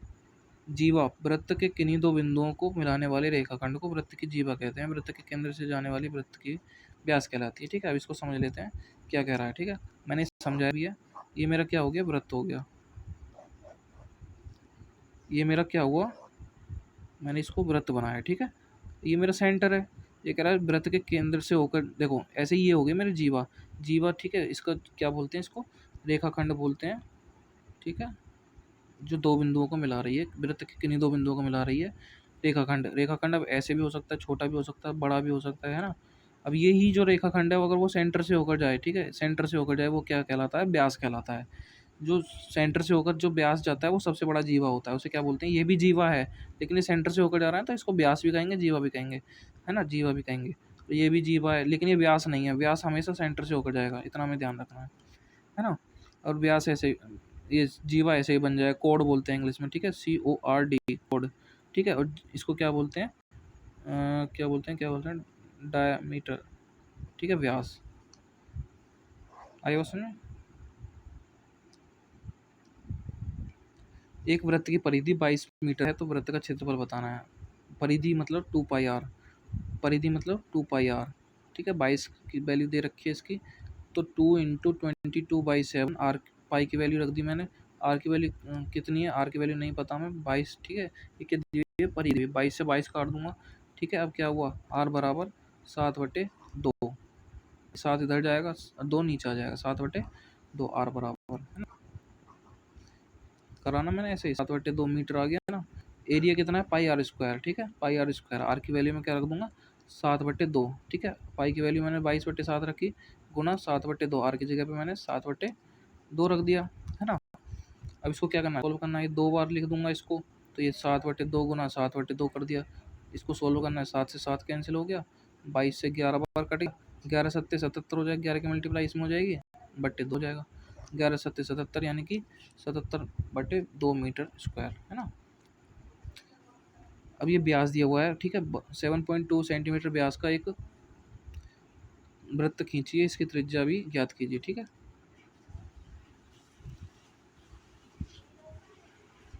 ये व्यास क्या है, यानी कि 2r की वैल्यू, व्यास क्या है 7.2, 2r की वैल्यू 7.2, है ना। त्रिज्या क्या कह रहा है, त्रिज्या निकालनी है। अब मुझे त्रिज्या निकालनी है, तो ये 2 है ना, इसके साथ r की वैल्यू निकालनी है, तो इसके नीचे कर दूंगा इसको, ऐसे बट्टे में आ जाएगा, है ना। तो r बराबर 7.2/2, ठीक है। ये कितना हो जाएगा 36, यानी कि 3.6 पॉइंट लगाना है ना मुझे, 36 दूनी 72 होता है, 3.6। पार्श्व चित्र में दिए गए चित्र में आयत की भुजाएं दी गई हैं, आयत का परिमाप, इसकी ये सेंटीमीटर चौड़ाई है, ठीक है, 3 सेंटीमीटर यहाँ चौड़ाई होगी, लंबाई कितनी है 9 सेंटीमीटर, इनको जोड़ दूंगा, या फिर ऐसे भी कर सकता हूँ 2 × L + B, है ना। लंबाई कितनी दी हुई है 9, और चौड़ाई कितनी दी हुई है 3, 9 और 3 कितने हो गए 12, तो 12 गुना 2 कितने हो गए 24 सेंटीमीटर, हाँ ऐसे भी कर दूंगा, या फिर ऐसे कर दूंगा 9 और 9 18, 3 और 3 6, 18, 6 कितने हो गए 24, ठीक है। वही चीज़ है, एक परीक्षा में 25% बच्चे पास होते हैं, परीक्षा में 1500 बच्चे बैठे हैं, तो कुल कितने बच्चे पास हुए हैं, ठीक है। 75% की वैल्यू बतानी है, 100% की वैल्यू ये दी हुई है, ठीक है, 100 से 100 कट गया, 75% की वैल्यू बतानी है, 15 गुना 75 कर दूंगा तो आंसर आ जाएगा मेरा, 15 गुना 75 कर दूंगा तो आंसर आ जाएगा, 15 पंजे 75, 15 पंजे 75, 7 15 7 105, ठीक है, 15 7 105 यानी कि 105 वाली 11/25, मेरा 11/25 आंसर आया। ये क्या बोल रहा था, अनुत्तीर्ण पूछ रहा था, ठीक है। उत्तीर्ण वाले 75% की वैल्यू आई, अब उत्तीर्ण कितने हुए होंगे, 25% बच्चे उत्तीर्ण हुए होंगे, ठीक है। अब मैं टोटल में से 1500 में से इसको घटाऊंगा, ये 1500 में से इसको घटा दिया, 375 बच्चे आ गए। एक तो इस तरीके से निकाल सकता हूँ। अब मैं चाहूँ तो सीधा डायरेक्ट क्या कर सकता हूँ कि 25% निकाल लो ना, जो 25% ही तो फेल हुए होंगे, किसके 1500 के, है ना। अब 25 ये 100 कर दिया मैं, 25 एकम 25 चौका 100, 25 एकम 25, 25 चौका 100, है ना। अब क्या करूँगा, 4 से इसको डिवाइड कर दूंगा, 4 तिया 12, 4 सत्ते 28, 4 सत्ते 28 और 4 पंजे 20, 375 मेरा आंसर आ जाएगा डायरेक्ट, है ना। ऐसे भी बैटरी डाउन है, बस इसलिए थोड़ा चेक कर रहा हूँ बार बार। इस वाले क्वेश्चन को खुद से कर लेना। वह छोटी से छोटी संख्या बताएं जो इसमें से भाग देने पर प्रत्येक दशा में 3 शेष बचता है। 3 शेष बच रहा है, ठीक है। पहले कितने बच रहे थे, कहीं 1 बच रहा था, किसी में 3 बच रहा, ये कह रहा है प्रत्येक दशा में, यानी कि सारी में 3 बच रहा है शेष, ठीक है। अब मैं क्या करूँगा, शेष बचता है, छोटी से छोटी संख्या बतानी है। अच्छा, छोटी से छोटी संख्या बतानी है, पहले वो मैं से निकलवा रहा था, ठीक है। छोटी से छोटी संख्या बताइए जिसमें इनसे भाग देने पर इसका एलसीएम निकाल लेंगे, ठीक है, इनका एलसीएम निकाल लेंगे और बाद में 3 जोड़ देंगे, हमारा आंसर ये आ जाएगा। राम की उम्र 5 वर्ष अधिक है, यदि राम की वर्तमान आयु 28 वर्ष हो तो राम की उम्र कितनी है, x वर्ष। राम की उम्र होगी 5 वर्ष बाद, ठीक है, 5 वर्ष अधिक है, तो x+5 हो गया।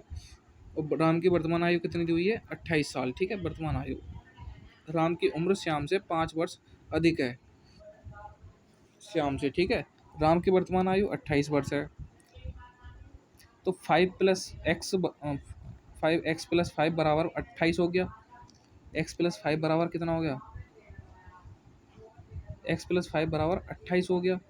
और क्या करना है, ये कह रहा है, अब इसको x की वैल्यू निकाल लूंगा। क्या पूछ रहा है, श्याम की वर्तमान आयु बतानी है,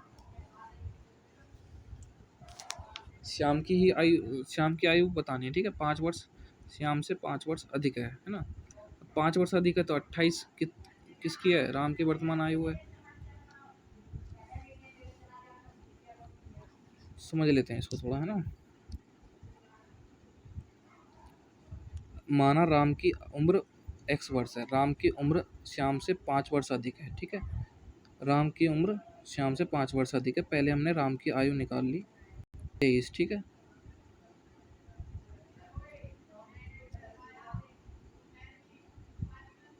ये गलत दिया हुआ है, ये श्याम होगा यहाँ पे, ठीक है। इसको श्याम कर लेना, श्याम। तब ये पूछ रहा है राम, यार क्या हो रहा है ये, ठीक है ठीक है, राम की उम्र श्याम से 5 वर्ष अधिक है, ठीक है ठीक है ठीक है। राम की उम्र श्याम से 5 वर्ष अधिक है। अभी इस टाइम जो है ना, जो राम की उम्र है 5 वर्ष अधिक है ना। फिर कह रहा है कि राम की वर्तमान आयु 28 है, तो x प्लस 5 बराबर 28 कर दिया। इसमें से x बराबर कितनी कर दूंगा, 28 माइनस 5, यानी कि x बराबर 23 आ जाएगा। और जो x है वो क्या आया, x बराबर राम की उम्र श्याम से 5 वर्ष अधिक है, तो ये जो ना श्याम की उम्र होनी चाहिए ना, ये श्याम, यहाँ पे श्याम होगा, ठीक है। यहाँ पे श्याम की उम्र माना है हमने x, ठीक है। तो यही तो हमारी श्याम की उम्र पूछा है, फिर 23 वर्ष, x के बराबर 23 आएगी ना, यहाँ पे श्याम आएगा, ठीक है। हमारा आंसर ऐसे हो जाएगा। इसको पढ़ लेना, ठीक है। नहीं समझ में आएगा तो मैं करवा दूंगा। ये एज बेस्ड क्वेश्चन है, क्योंकि बैटरी डाउन है, मैं चार्जिंग पे लगा लूँगा फ़ोन। किसी संख्या से 5 जोड़ने पर 15 प्राप्त होता है। किसी संख्या से 5 जोड़ने पर x प्लस 5 जोड़ा मैंने तो 15 प्राप्त हुआ। आई बात समझ में। तो अब संख्या बताइए, x की वैल्यू बतानी है। x बराबर ये इधर चला जाएगा, 15 माइनस 5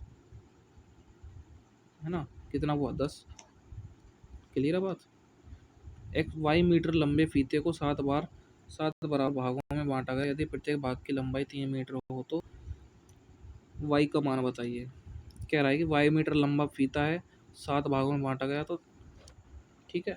यदि प्रत्येक भाग की लंबाई 3 है, ठीक है, प्रत्येक भाग की लंबाई 3 है, मान लो 35 रुपये हैं मेरे पास, मैं 7 लोगों में बांट दूँ और सब पर कितने कितने आए, 5 5 आए, है ना। तो ये कह रहा है 7 पंजे 35, इस तरह से मैं काटूंगा। मुझे ये वाई की वैल्यू बतानी है, वो कितना होगा, ठीक है। 7 या 21, यानी कि ये 7 की मल्टीप्लाई यहाँ हो जाएगी। वाई बराबर 3 इंटू 7, 7 21 हमारा आंसर हो जाएगा। कितना आसान है। मैं थोड़ा, चलो 1 घंटा हो गया है, बैटरी डाउन हो गई है।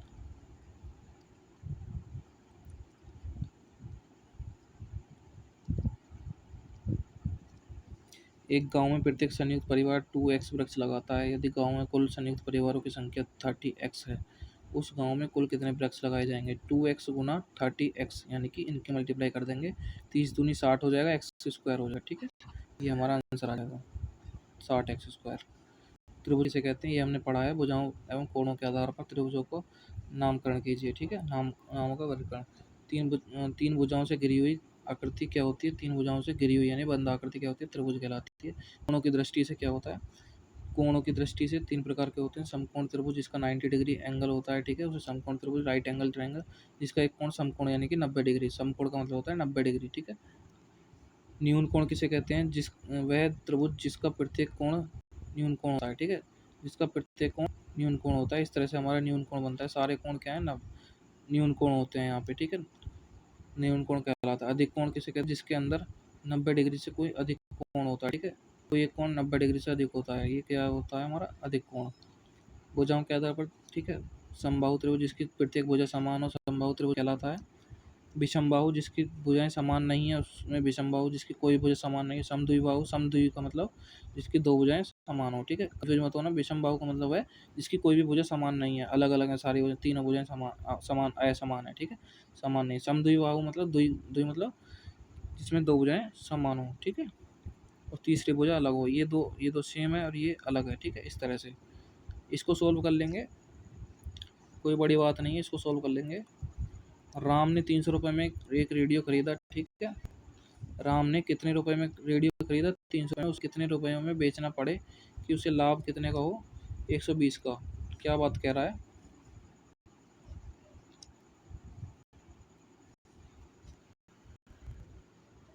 मैं थोड़ा फ़ोन चार्ज कर लेता हूँ, है ना, कंटिन्यू रहेगा। तो देखिए, देखते हैं कि राम ने, अगला क्वेश्चन है। क्वेश्चन में कह रहा है कि राम ने 300 रुपये में एक रेडियो खरीदा, वह उसे कितने रुपए में बेचे कि उसे 20% का प्रॉफिट हो। ठीक है। ये 300 है, क्या है, 100% है। मुझे 20% का प्रॉफिट करना होगा तो मुझे 120 में बेचना पड़ेगा। आई बात समझ में? यानी 300 रुपये में बेच रहा है, यानी कि 100 के बराबर है, तो 120 के बराबर होगा, यानी 300 रुपये 100 के बराबर है। ठीक है, तो 120 किसके बराबर होगा भाई? यानी एक 100% इसके बराबर है 300 के, तो 300 बराबर 100 कर दिया, है ना। यहाँ क्या बचा, एक, ये यहाँ 100, 300 के बट्टे में कर दिया 100। ठीक है, अब यहाँ एक बचा है ना। अब मैं क्या करूँगा कि 1% हो गया, अब ये कह रहा है 100%, 120%, यहाँ 120%, और यहाँ पर 300 गुना 120। ठीक है, इस तरह से सोल्व करना है बस। इसको सोल्व कर दो, 300 यानी कि 3 कट गया, 12×3 = 36। ठीक है, 360 आ गया। 120 की वैल्यू कितनी होगी? 360 रुपये। आई बात समझ में? ऐसे करना है हमें। वह बड़ी से बड़ी संख्या बतानी है। ये क्वेश्चन हमारा रिपीट हुआ, सेम क्वेश्चन है उसके जैसा ही। ठीक है, हमने किया था कि इसमें से माइनस करना है। ये बड़ी से बड़ी संख्या पूछ रहा है ना, तो हम जब माइनस करके इसे क्या करेंगे, इसको निकाल लेंगे। ठीक है, महत्तम सामर्थ्य निकाल लेंगे। ए की वैल्यू हमें -2 दी हुई है। ठीक है, ए की वैल्यू रख देंगे, आंसर आ जाएगा हमारा। नीचे दिए गए चित्र को देखकर निम्नलिखित प्रश्नों को हल कीजिए। 3 त्रिज्याओं के नाम लिखिए। 3 त्रिज्याओं के नाम, कौन कौन सी त्रिज्याएं अब यहाँ पे? ओ सी, ओ ए और ओ बी। ठीक है, ये त्रिज्याओं के नाम हो गए, ओ ए, ओ सी और ओ बी। ठीक है, 3 जीवाओं के नाम लिखिए। जीवा कौन कौन सी है? 3, ए बी, ये जीवा है हमारी, ए बी, बी सी और ए सी, ये भी हमारी जीवा है। ठीक है, जो सेंटर से होके जा रही है। 3 जीवा कौन कौन सी है? 3 जीवाओं के नाम ए बी, बी सी और ए सी, ए बी, बी सी और ए सी। ठीक है, वृत्त का व्यास क्या हो जाएगा? वृत्त का व्यास ये है हमारा, सबसे बड़ा जो जीवा होता है सेंटर से होके जाता है, वही हमारा वृत्त का व्यास है, ए सी। ठीक है, व्यास का नाम ए सी। वृत्त का केंद्र का नाम क्या है? ओ। ठीक है, वृत्त का केंद्र बीच में होता है हमारा, तो ये क्या है हमारा? ओ। ठीक है, अगला क्वेश्चन हमारा, सलमा सलमा अपनी बहन रेशमा से 10 वर्ष बड़ी है। ठीक है, सलमा रेशमा से 10 वर्ष बड़ी है। 4 साल पहले सलमा की आयु रेशमा की आयु की दोगुनी थी। 4 साल पहले रेशमा की आयु 4 साल पहले सलमा की आयु रेशमा की आयु के दोगुनी थी। ठीक है, तो सलमा की आयु s बराबर r+10 की, क्योंकि सलमा की बहन जो है रेशमा, वो 10 वर्ष बड़ी है। ठीक है, सलमा की बहन रेशमा 10 वर्ष बड़ी है, रेशमा में 10 ऐड कर देंगे, 10 साल। ठीक है, 4 वर्ष पहले की बात हो रही है तो माइनस करेंगे 4। ठीक है, r-4, और सलमा की आयु क्या हो जाएगा? s-4। तो s-4 बराबर कह रहा है दोगुनी थी।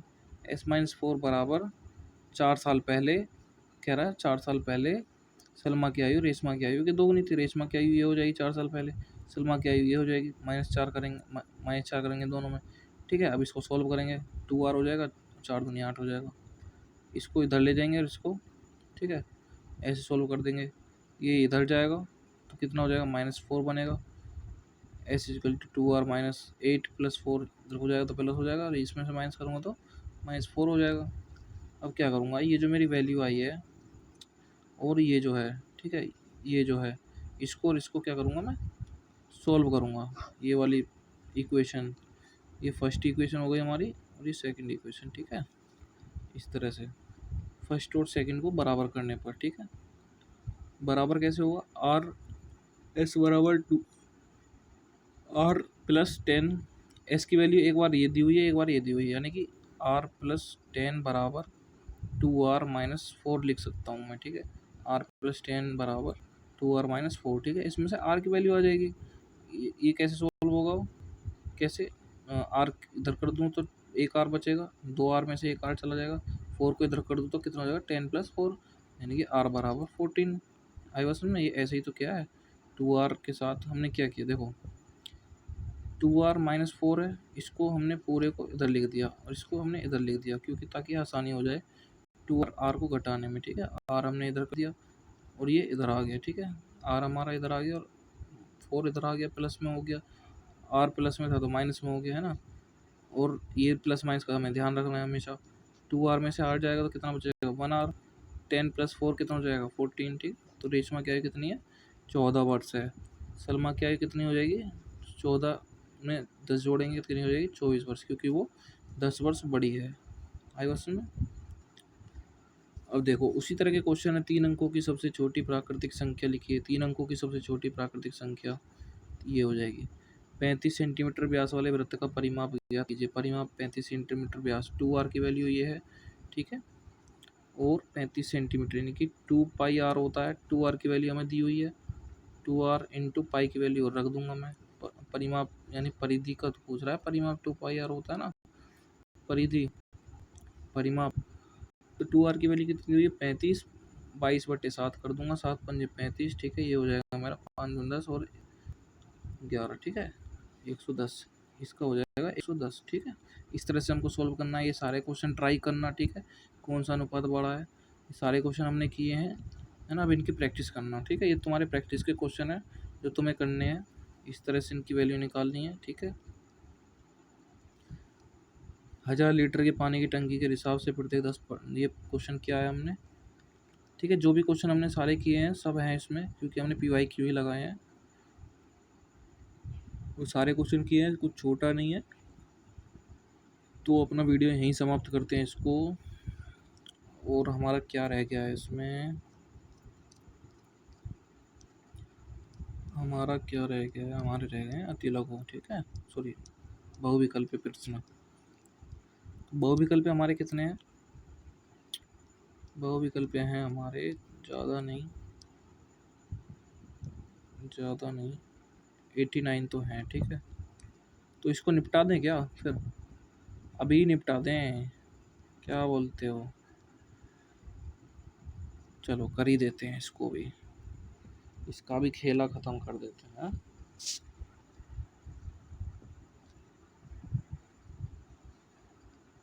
चलिए, तो योज्य प्रतिलोम का गुणात्मक प्रतिलोम बताइए, ठीक है। योज्य प्रतिलोम का मतलब होता है अगर कोई प्लस है तो वो माइनस हो जाएगा, और माइनस है तो प्लस हो जाएगा। योज्य मतलब प्लस या माइनस या प्लस, ठीक है। योज्य मतलब योग वाला, ठीक है। गुणात्मक माला, गुणात्मक मतलब अगर कोई गुणा में तो वो भाग में हो जाएगा, और भाग में है तो गुणा में हो जाएगा, ठीक है। इतनी बात क्लियर है, क्लियर होनी चाहिए, है ना। अब 3/4 का योज्य प्रतिलोम क्या होगा, वो प्लस है तो माइनस हो जाएगा, माइनस जरूर होगा, ठीक है। ये प्लस में है, ये नहीं होगा, ठीक है। इसका आंसर प्लस में तो माइनस होगा, ठीक है। या तो ये होगा या फिर ये होगा, है ना। अब कैसे होगा गुणात्मक प्रतिलोम, गुणात्मक मतलब जो ऊपर गुणा में है वो भाग में हो जाएगा, और नीचे भाग में है वो ऊपर हो जाएगा, यानी कि ऊपर नीचे हो जाएंगे दोनों। हमारा आंसर क्या हो जाएगा, सही ये हो जाएगा। किसी संख्या के 60% में 32 जोड़ने पर जो संख्या प्राप्त होती है वह क्या संख्या है, ठीक है। क्वेश्चन कह रहा है किसी संख्या के, यानी कि कोई संख्या के 60% में x का 60%, ठीक है, इसमें 32 जोड़ूँ मैं तो क्या कह रहा है, वही संख्या प्राप्त होती है, ठीक है। तो वही संख्या प्राप्त हो रही है, x प्राप्त हो रही है मुझे, आई बस में। तो मैं 0 से 0 कैंसिल कर दूंगा, ये कर दूंगा मैं 6x/10, है ना। अब क्या करूँगा मैं, ये x है तो ये मेरा हो जाएगा, x है यहाँ पे, इस चीज़ को मैं, ये x के साथ है ना मेरा 6x/10, मैं इसको इधर ले जाऊँगा, ठीक है। यानी कि x माइनस 6x/10, और यहाँ क्या बचेगा एक साइड में 32 हो जाएगा, ठीक है। आई बात समझ में, क्योंकि ये अब मैं इस चीज़ को इधर रखूँ या फिर इधर रखूँ, बात है कि ना मेरे को थोड़ा ऐसे आसानी पड़ जाएगी ना, है ना।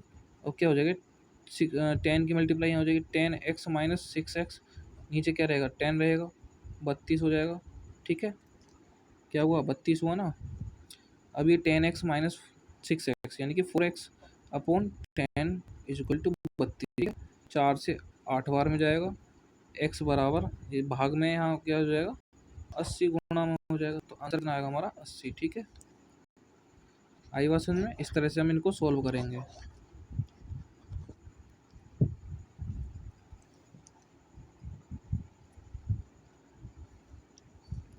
455 में पहले 5 और दूसरे 5 के स्थानीय मान के अंदर योगफल का गुणनफल ज्ञात करना है, ठीक है। पहला 5 लिख रहा है, पहला 5 और दूसरा 5 का योगफल 50 हो जाएगा।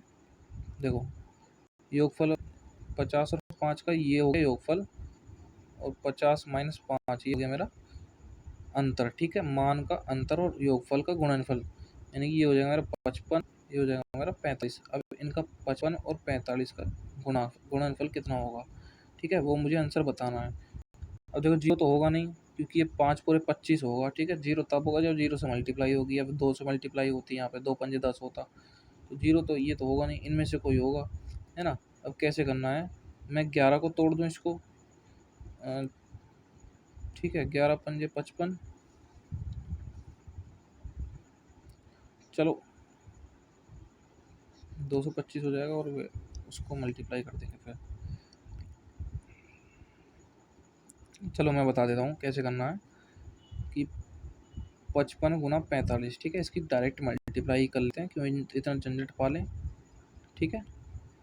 45 का आधा, चार, देखो 450 की मल्टीप्लाई में 10 में करूँगा तो कितना होगा, 450, ठीक है।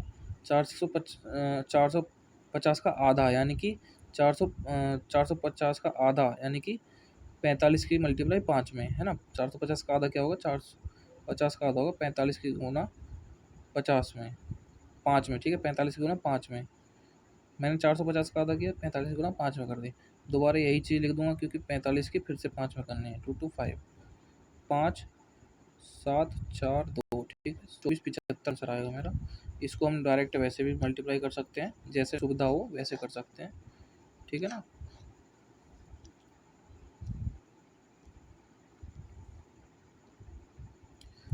संख्या जीरो का रोमन अंक क्या होगा, इनमें से कोई नहीं, क्योंकि संख्या जीरो का कोई रोमन अंक नहीं होता, है ना।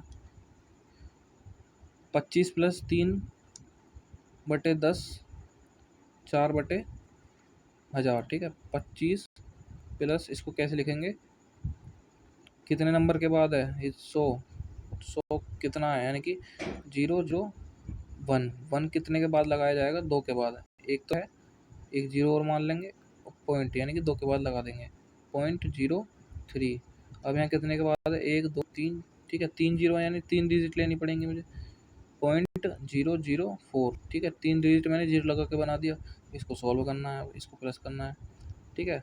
ये 25 हो गया, 0, ठीक है, 3, और ये क्या हो जाएगा, मेरा हो जाएगा 4, ठीक है, आंसर मेरा ये आएगा। कहाँ पे लिख रहा है ये, 25.034, ठीक है। रोमन अंक में किस संख्या की पुनरावृत्ति नहीं होती है, पुनरावृत्ति किस चीज़ की नहीं होती है, बताओ।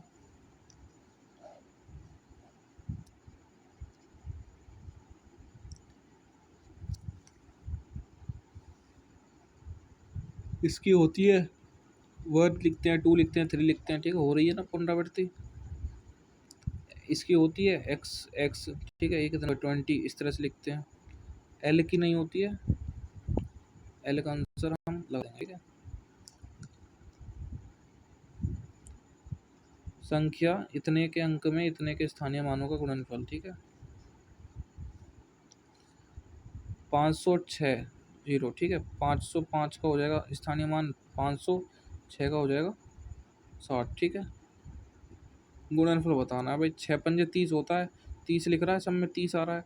देखते हैं कितनी जीरो हैं, 1 2 3, 3 जीरो हैं, 3 जीरो वाला 30 कौन सा है, 30 के बाद 3 जीरो, 30 के बाद 3 जीरो, ठीक है, 6 पंजे 30 तो यही हो जाएगा, 30 और 3 जीरो, 1 2 3, 1 2 3, क्लियर बात।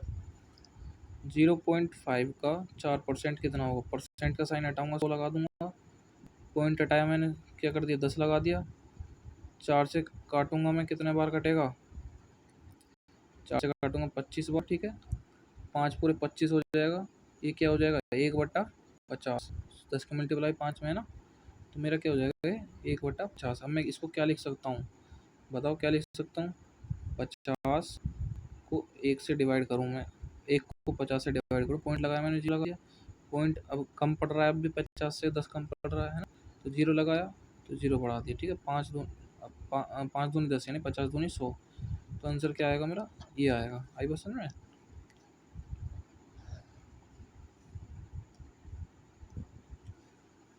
दो संख्याओं का मैं से इतना है, ले से इतना है, तो एक संख्या इतनी है, तो दूसरी संख्या कितनी होगी। मैंने बताया कि महत्तम समावर्त है, ठीक है। जो महत्तम समावर्त्य होता है वो मल्टीप्लाई यानी लघुत्तम समावर्त्य का गुणनफल होता है।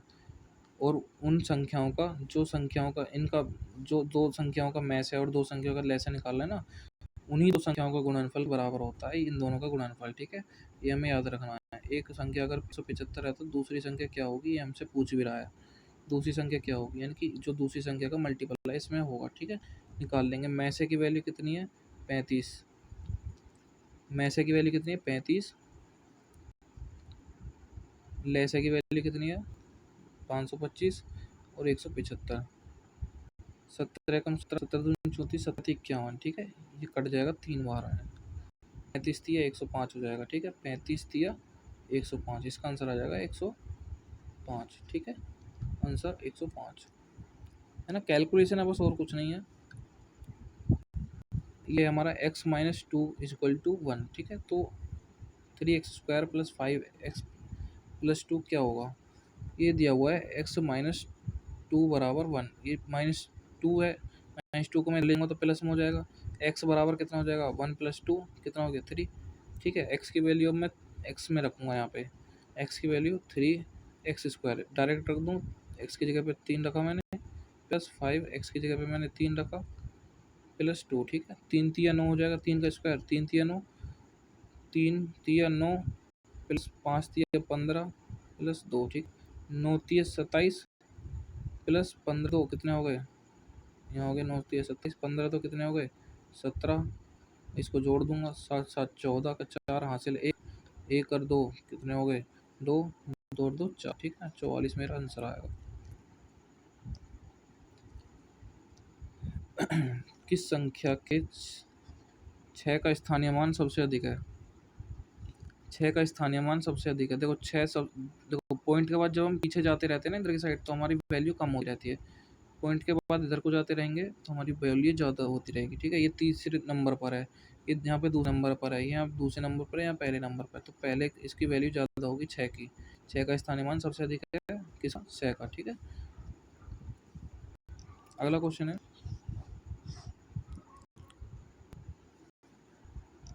ये लिख रहा है 3/5 प्लस है, डिवाइड है, क्या है, प्लस है। ठीक है, मैं क्या करूँगा, प्लस माइनस माइनस, ये हो जाएगा 3/5 प्लस माइनस माइनस 2/5। ठीक है, तो 1/5 मेरा आंसर आएगा। कैसे, 3 में से 2 गया, 1 बचेगा, क्योंकि नीचे क्या है, सेम है, सेम बेस है।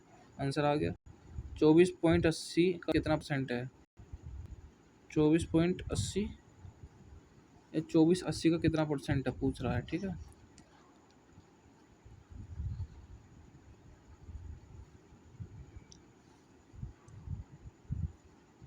2480 का कितना परसेंट है, 24,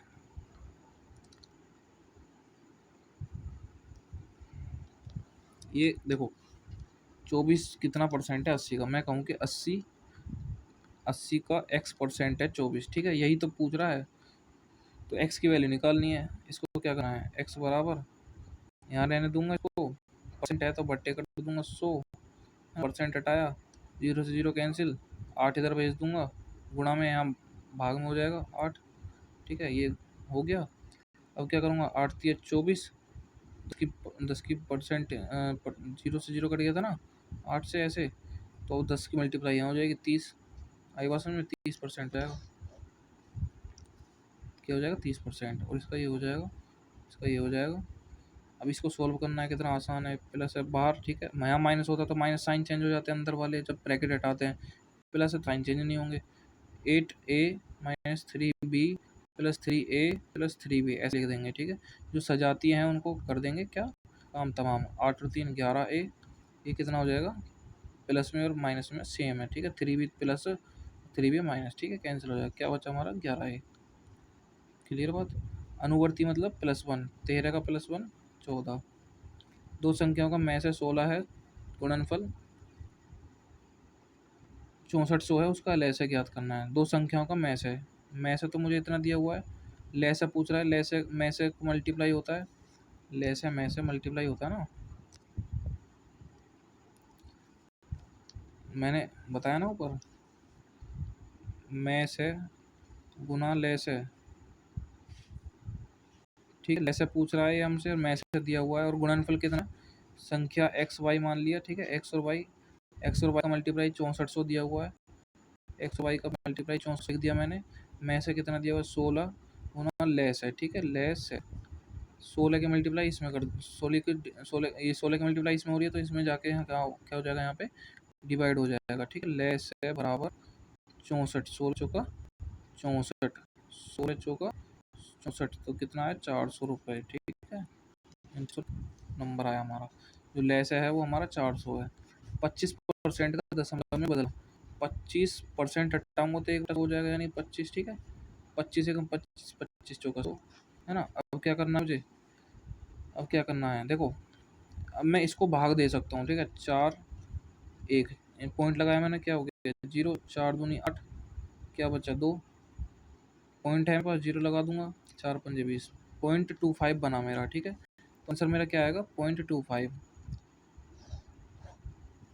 मैंने किस पे बदल दिया, 25% को भिन्न में बदल दिया, है ना।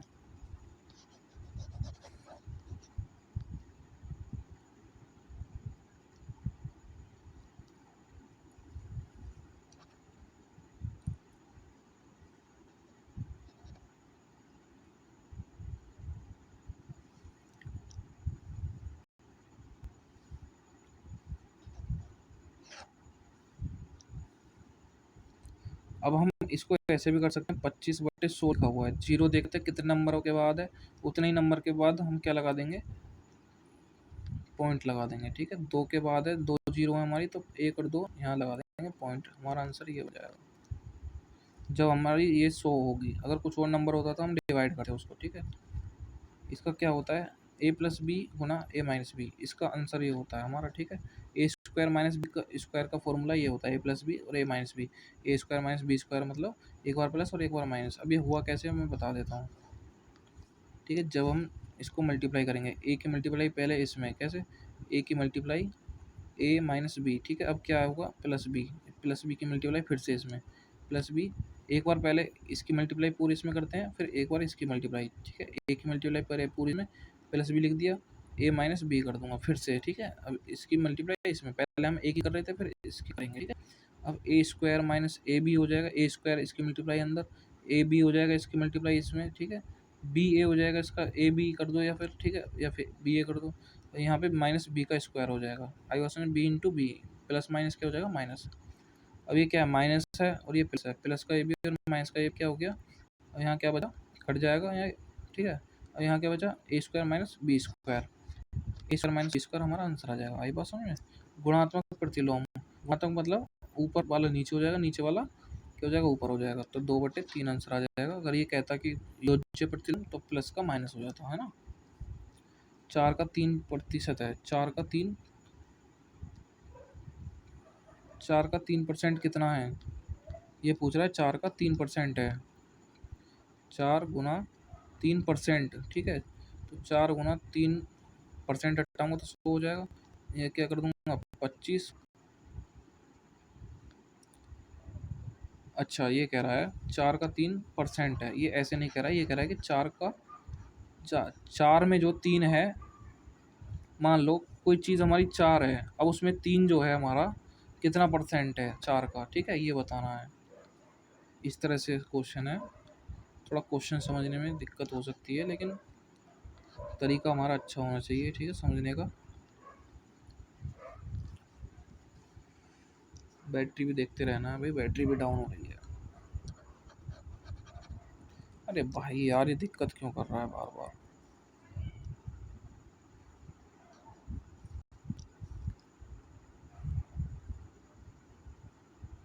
4 का 3% है, 4 का 3%, 3 की वैल्यू निकालूंगा तो 4 100 से मल्टीप्लाई कर दूंगा, ये हो जाएगा 25, 25 दिया 75, ठीक है, 75% मेरा आंसर आएगा।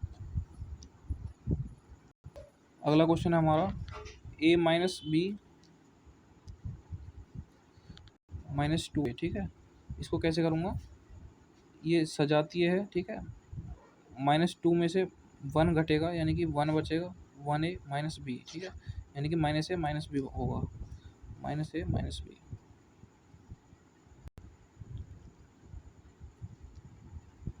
-a माइनस बी है कहीं, ये क्या लिख रहा है, माइनस लिख रहा है प्लस लिख रहा है?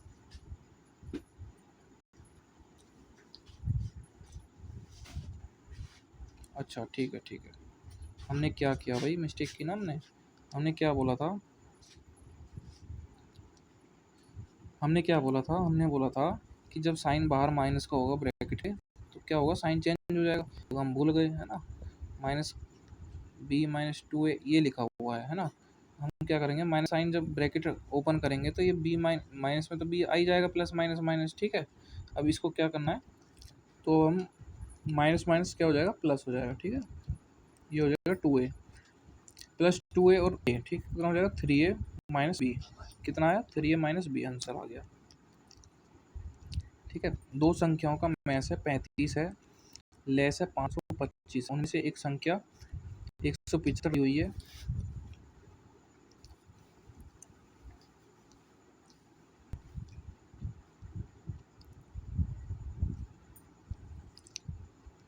उनमें से एक संख्या कितनी दी हुई है, 175, ठीक है। मैंने क्या बताया, मैस है का गुना लेस है से, ठीक है। तो क्या होता है, किसके बराबर होता है, पहली संख्या x गुना y, ठीक है, x गुना y के, यानी दो संख्याओं के गुणनफल के बराबर होता है। तो मैं से एक तो हमें 35 दिया हुआ है, चलो यहाँ कर लेते हैं, 35 गुना 525, ठीक है, बराबर किसके है, 175। एक संख्या दी हुई है, दूसरी संख्या क्या है हमारी, y मान लेते हैं, ठीक है, दूसरी संख्या बतानी है। ये सेम वही क्वेश्चन है, इसको इससे काटूंगा, कितना बनेगा, 17 51, 3 से कट जाएगा, 35 दिया, 105 हमारा आंसर आ जाएगा। सेम क्वेश्चन रिपीट हुआ है, ठीक है। y की वैल्यू आ जाएगी 105। किस स्थान में 5 का स्थान सबसे अधिक है, 5 का स्थान बताना है कौन सा अधिक है, ठीक है, इसको खुद करना, ट्राई करना। कौन सा जोड़ा एक दूसरे का व्यक्त क्रम है, एक दूसरे का व्यक्त क्रम मतलब एक दूसरे का उल्टा।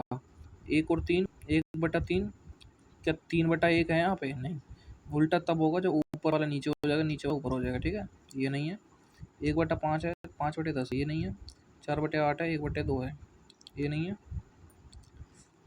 ठीक है। 5/6 है लेकिन 6/5 है, ये ठीक है।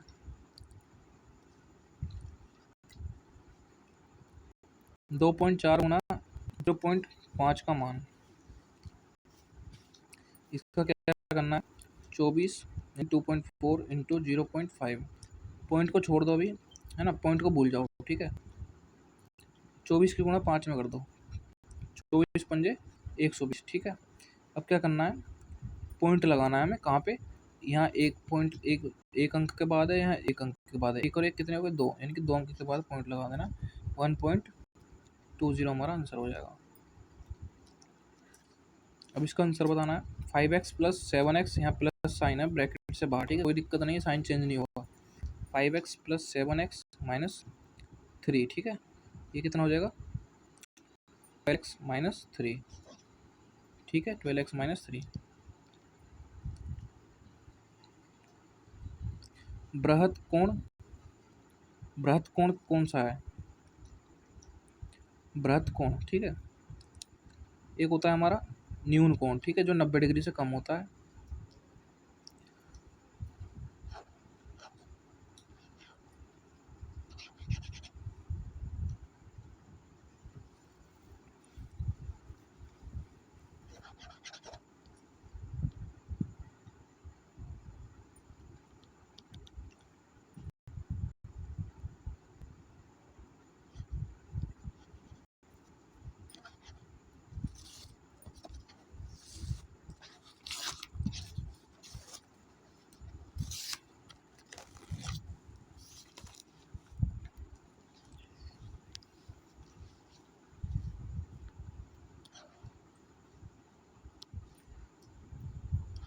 देखो न्यून कोण क्या होता है हमारा, 90 डिग्री से कम जो होता है ना, वो हमारा न्यून कोण होता है, और जो 90 डिग्री होता है वो हमारा क्या होता है, समकोण होता है, ठीक है। 90 डिग्री समकोण होगा, और न्यून कोण क्या होगा हमारा, 90 से कम होगा। अधिक कोण क्या होगा, 90 के बाद, ठीक है, 90 के बाद ये जो हिस्सा चलता है हमारा अधिक कोण का चलता है, यानी कि 90 से 180, ठीक है। ये जो बीच का कोण होता है अधिक कोण होता है, 180 के बाद का जो कोण होगा वो होता है हमारा बृहद कोण, ठीक है। अब 180 के बाद का कोण कौन सा है देख लो भाई, 305, 305 हमारा, ठीक है। क्योंकि 180 क्या है हमारा अधिक कोण है, ये हमारा न्यून कोण है 90 समय, ये हमारा क्या है, ये भी अधिक कोण है, ठीक है। तो क्या हो जाएगा हमारा 305 आंसर हो जाएगा, है ना।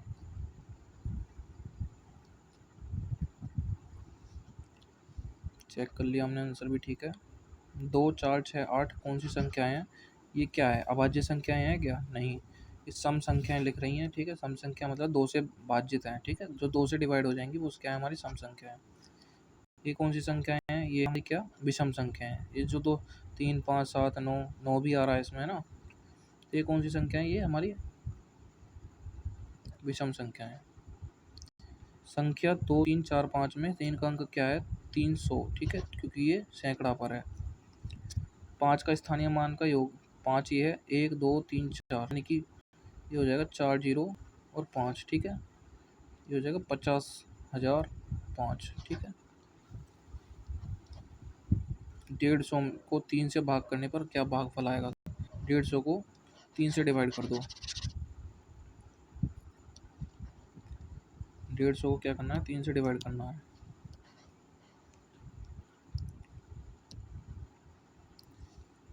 कर दो फिर 3 से डिवाइड, 150/3 से 3 पंजे 15, 50 आंसर आएगा। 7/5 का व्युक्त क्रम यानी कि इसका उल्टा 5/7 हो जाएगा, ठीक है। ये हो जाएगा हमारा, मैंने क्या बताया था इसकी मल्टीप्लाई कैसे, पॉइंट हटा दो, पॉइंट भूल जाओ, 4 पंजे 20 कर दो, ठीक है। अब देखते हैं 1, 2, 3, ठीक है। जीरो भी गिनेंगे क्योंकि जीरो इस अंक से पहले है। 3 अंकों के बाद 1, 2 है, 1 और 2 है, हम एक और पॉइंट लगा देंगे, तो सॉरी 1 और जीरो लगा देंगे, तब हमारे 3 बन जाएंगे, तब आगे हम क्या लगा देंगे, पॉइंट लगा देंगे, आंसर हमारा ए हो जाएगा। 13 के अनुवर्ती मतलब +1 कर देंगे 13 में, हो जाएगा 14। 27 के पूर्ववर्ती मतलब माइनस कर देंगे 26, ठीक है। वे संख्याएं जो 2 से पूर्णतः विभाजित नहीं होती हैं, 2 से पूर्णतः विभाजित नहीं होती हैं, जो पूर्णतः विभाजित हो जाती हैं वो क्या होती हैं, हमारी सम संख्याएं, ठीक है। सम संख्या होती हैं जो 2 से विभाजित होती हैं, 2 से डिवाइड होती हैं, 2 से डिवाइड नहीं होती हैं हमारी विषम संख्याएं। एक क्या है हमारी, ना तो भाज्य है और न ही अभाज्य, बताया था ना। भिन्न क्या है, इसका भिन्न है, ये भिन्न कैसा है, सम भिन्न है, विषम भिन्न है या मिश्र भिन्न है, सम भिन्न मान लें, ठीक, इसको सम भिन्न है। भिन्न क्या है, भिन्न है, इसको सोल्व करना है, 5 एकम 5, 5 + 3 कितना हो गया, 8/5। मैंने बताया ना इसको, इसका मल्टीप्लाई इसमें फिर इसको ऐड कर देते हैं, 8/5 अंक हो जाएगा। इसकी मल्टीप्लाई बताया था ना, ऊपर क्वेश्चन आया था, 6 चौक 24, 24 लिख दिया मैंने।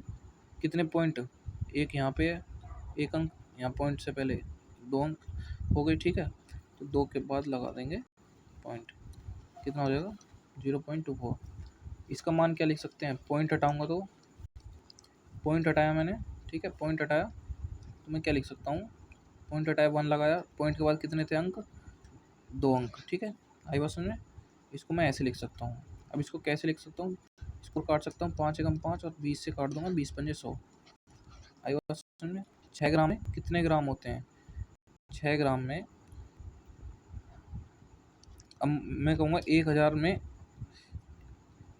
1000, 1 किलो में कितने, 1 किलो में कितने ग्राम होते हैं, 1000 ग्राम, ठीक है। अभी कितने जीरो के बाद, कितने, एक जो है वो कितने अंक जीरो के बाद लगा है, 3 जीरो के बाद, तो मैं लगाऊंगा इसको पॉइंट यहाँ पे 0, 0, ठीक है, 6, ये मेरा हो जाएगा इन किलो, ठीक है। किसी गांव की जनसंख्या इतनी है 750, 50 व्यक्ति निरक्षर हैं, तो साक्षरता प्रतिशत क्या होगी, इसको ट्राई करना, इसको भी ट्राई करना, ये MCQ है सारे, इसको ट्राई करना खुद से, इसको ट्राई करना, क्योंकि बैटरी कम है फ़ोन की, टैबलेट की। इसको डिवाइड करेंगे 5.40, ठीक है, 0 मान लिया हमने, पॉइंट यहाँ रख दिया 25 और ये 2, ठीक है। इसको सोल्व करेंगे कितना हो जाएगा, 15, 3, ठीक है, 315, 3.15।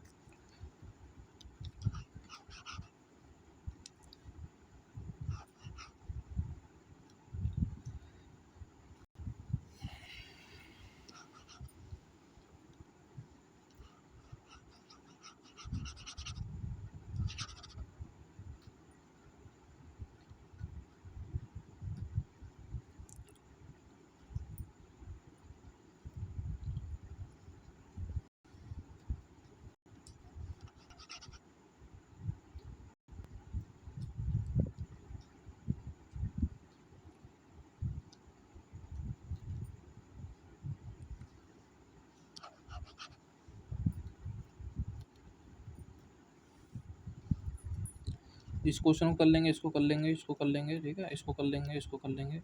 15 रुपये कितने रुपए का 20% है? 15 रुपये कितने रुपए का 20% है?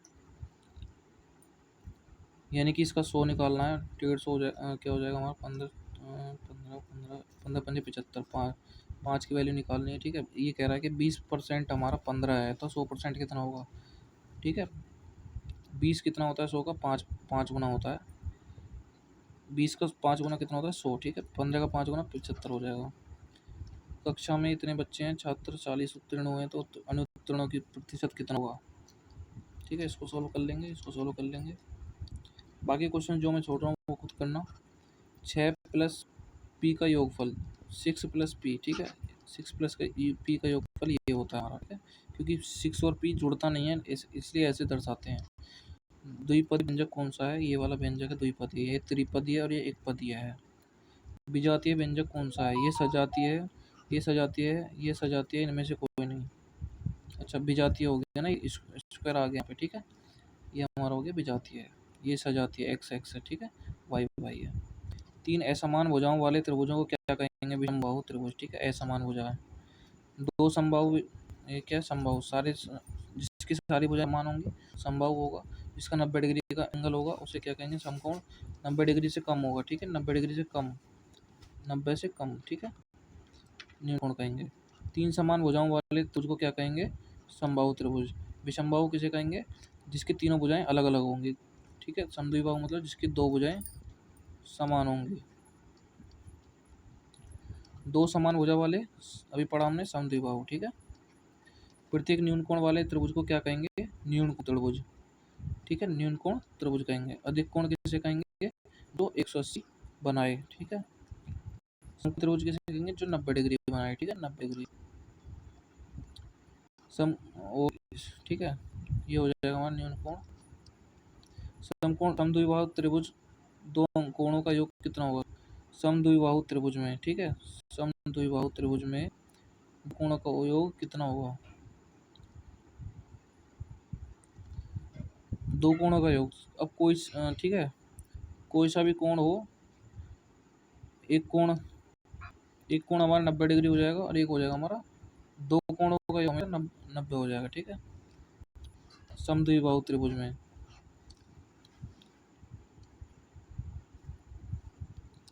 हैंग कर रहा थोड़ा टैबलेट।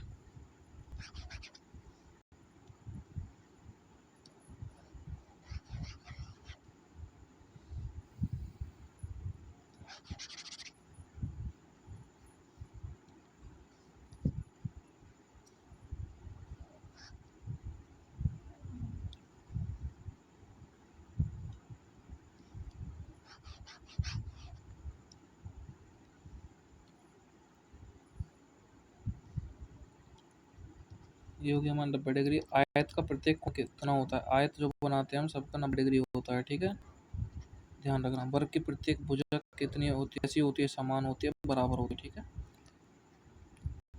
एक वर्ग का क्षेत्रफल बताइए जिसका विकर्ण इतना है। एक वर्ग का क्षेत्रफल बताना है जिसका विकर्ण इतना है, ठीक है। विकर्ण हमने कैसे निकाला था? √2, ऐसे निकाला था ना विकर्ण। अरे विकर्ण पता है ना कैसे निकाला था? चलो इसको बता देंगे अभी।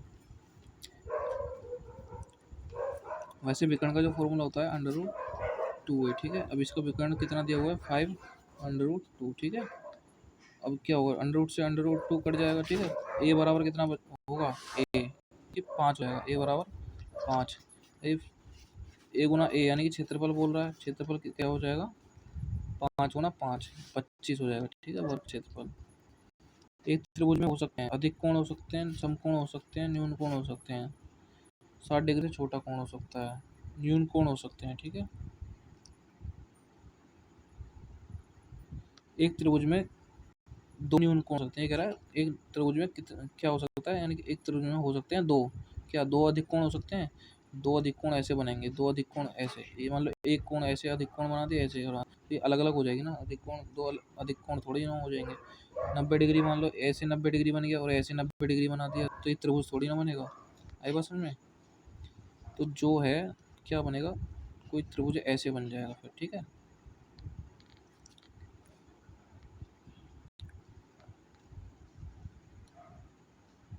त्रिभुज कैसे बन जाएगा? ऐसे, क्योंकि इसमें न्यून कोण होंगे 2, ठीक है। एक अर्धवृत्त में बना कोण कितना होता है? एक अर्धवृत्त, ये क्या होता है हमारा अर्धवृत्त, ये अब कितना होता है? 180 डिग्री का बन जाता है, जो एंगल बनता है। अर्धवृत्त में बना कोण होता है, अर्धवृत्त में बना कोण होता है 180, ये गलत लिखा हुआ है सब, ठीक है। 180 डिग्री अर्धवृत्त में बना एंगल जो होता है वो 180 डिग्री का होता है। किसी त्रिभुज में अंतःकोणों का योग कितना होता है? 90 डिग्री, ठीक है। 180 डिग्री, यानी कि एक समकोण, दो समकोण, समकोण मतलब 90, 90 प्लस 90, 90 90 180। तो त्रिभुज के तीनों कोणों का योग कितना होता है? त्रिभुज अंतःकोण यानी कि अंतःकोण यानी कि तीनों कोणों के अंतःकोणों का योग, ठीक है। अंतःकोण यही तो पूछ रहा है कि तीनों कोण, ये जो तीन है, 1 2 3, ये जो एंगल है, इन तीनों का योग कितना होगा? 180 होगा, ये हमें पता ही है। तो 180 किसके बराबर होता है? दो समकोण के बराबर होता है ना, 90 90 के।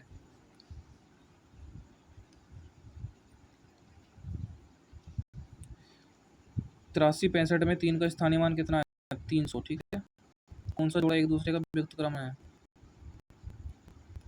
कौन सा जोड़ा एक दूसरे का व्युक्त क्रम है?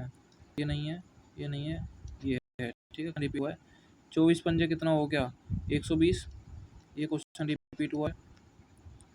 इसको करेंगे, वृत्त कोण कौन सा है? ये क्वेश्चन रिपीट हुआ है। 80 90 के बीच कौन सी ये संख्या बताई थी हमने? 83 और 89। 90 डिग्री का कोण, देखो सब क्वेश्चन वही होते हैं, रिपीट करना, रिपीट होते हैं, सबको रिवाइज करना, 2 3 बार रिवाइज कर लेना। पीडीएफ को, वीडियो को है ना, पीडीएफ तुम्हारे पास बुक भी होगी, तो बुक में से अपना पढ़ लेना। वृत्त की दो बिंदुओं को मिलाने वाले रेखाखंड को क्या कहते हैं? दो बिंदुओं को मिलाने वाले को जीवा कहते हैं। यहाँ पे व्यास का कोई ऑप्शन नहीं है, ठीक है, व्यास नहीं लगाएंगे, सीधा बोल रहा है जीवा, ठीक है। 5 से विभाज्य कौन सी संख्या है? जो 5 लास्ट में आएगा वो 5 से विभाज्य हो जाएगी, जिसमें 5 अंत में आएगा, ठीक है, जिसकी अंत लास्ट डिजिट क्या होगी? 5 होगी। ये नहीं है 5, ये नहीं है 5, ये नहीं है 5, ये है, ठीक है, ध्यान रखना। 15% का भिन्न रूप क्या होगा? 15 को मैं क्या लिख सकता हूँ? 15% को एक 15% को ऐसे लिख सकता हूँ, तो भिन्न कैसे बनेगा? 5 3 15, 20 पंजे 100, ठीक है। क्या हो जाएगा मेरा? 3/20। 9 का अपवर्त्य क्या होगा? अपवर्त्य मैंने क्या बताया था? अपवर्त्य का मतलब गुणज। 9 का कौन कौन सा होगा? 9 दूनी 18, 9 7 9 36, ठीक है। 30 और 40 के बीच अभाज्य संख्या, 30 और 40 के बीच ये हो जाएगा, 30 और 40 के बीच हो जाएगा 31 37, ठीक है।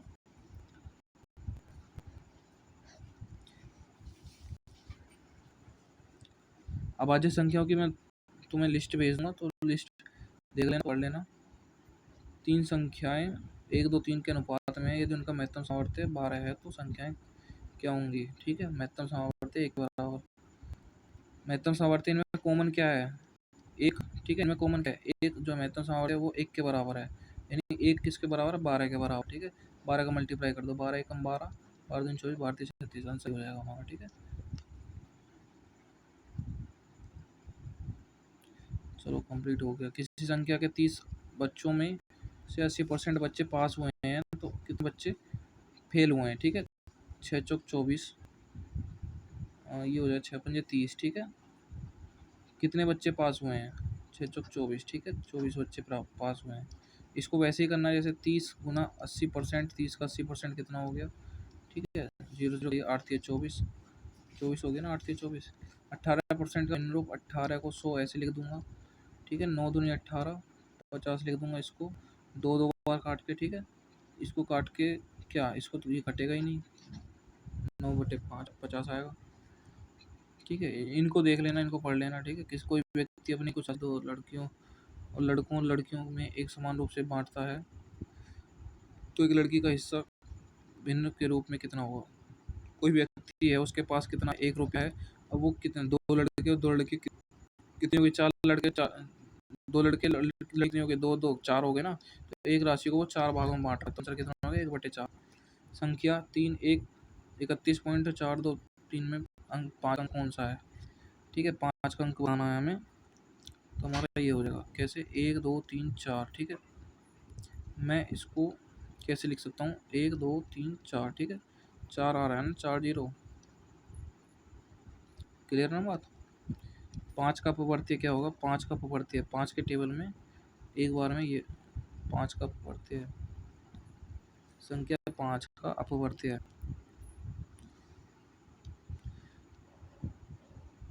3 होगा, गधा है क्या?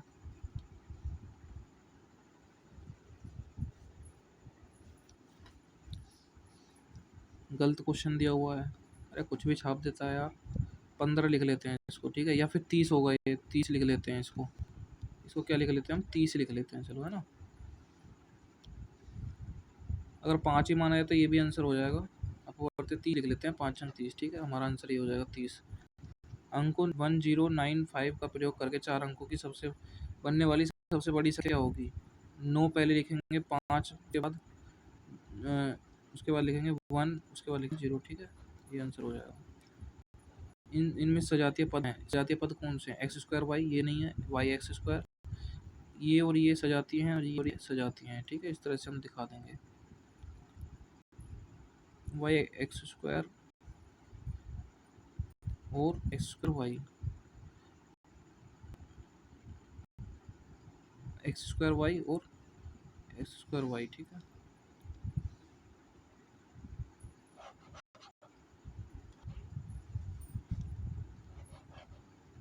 चलो आज का वीडियो यहीं तक समाप्त करते हैं। आगे देखते हैं, अपना दूसरा सब्जेक्ट स्टार्ट करते हैं। इसमें कुछ समझ में ना आए तो पूछ लेना, जो डाउट वगैरह हो, ठीक है।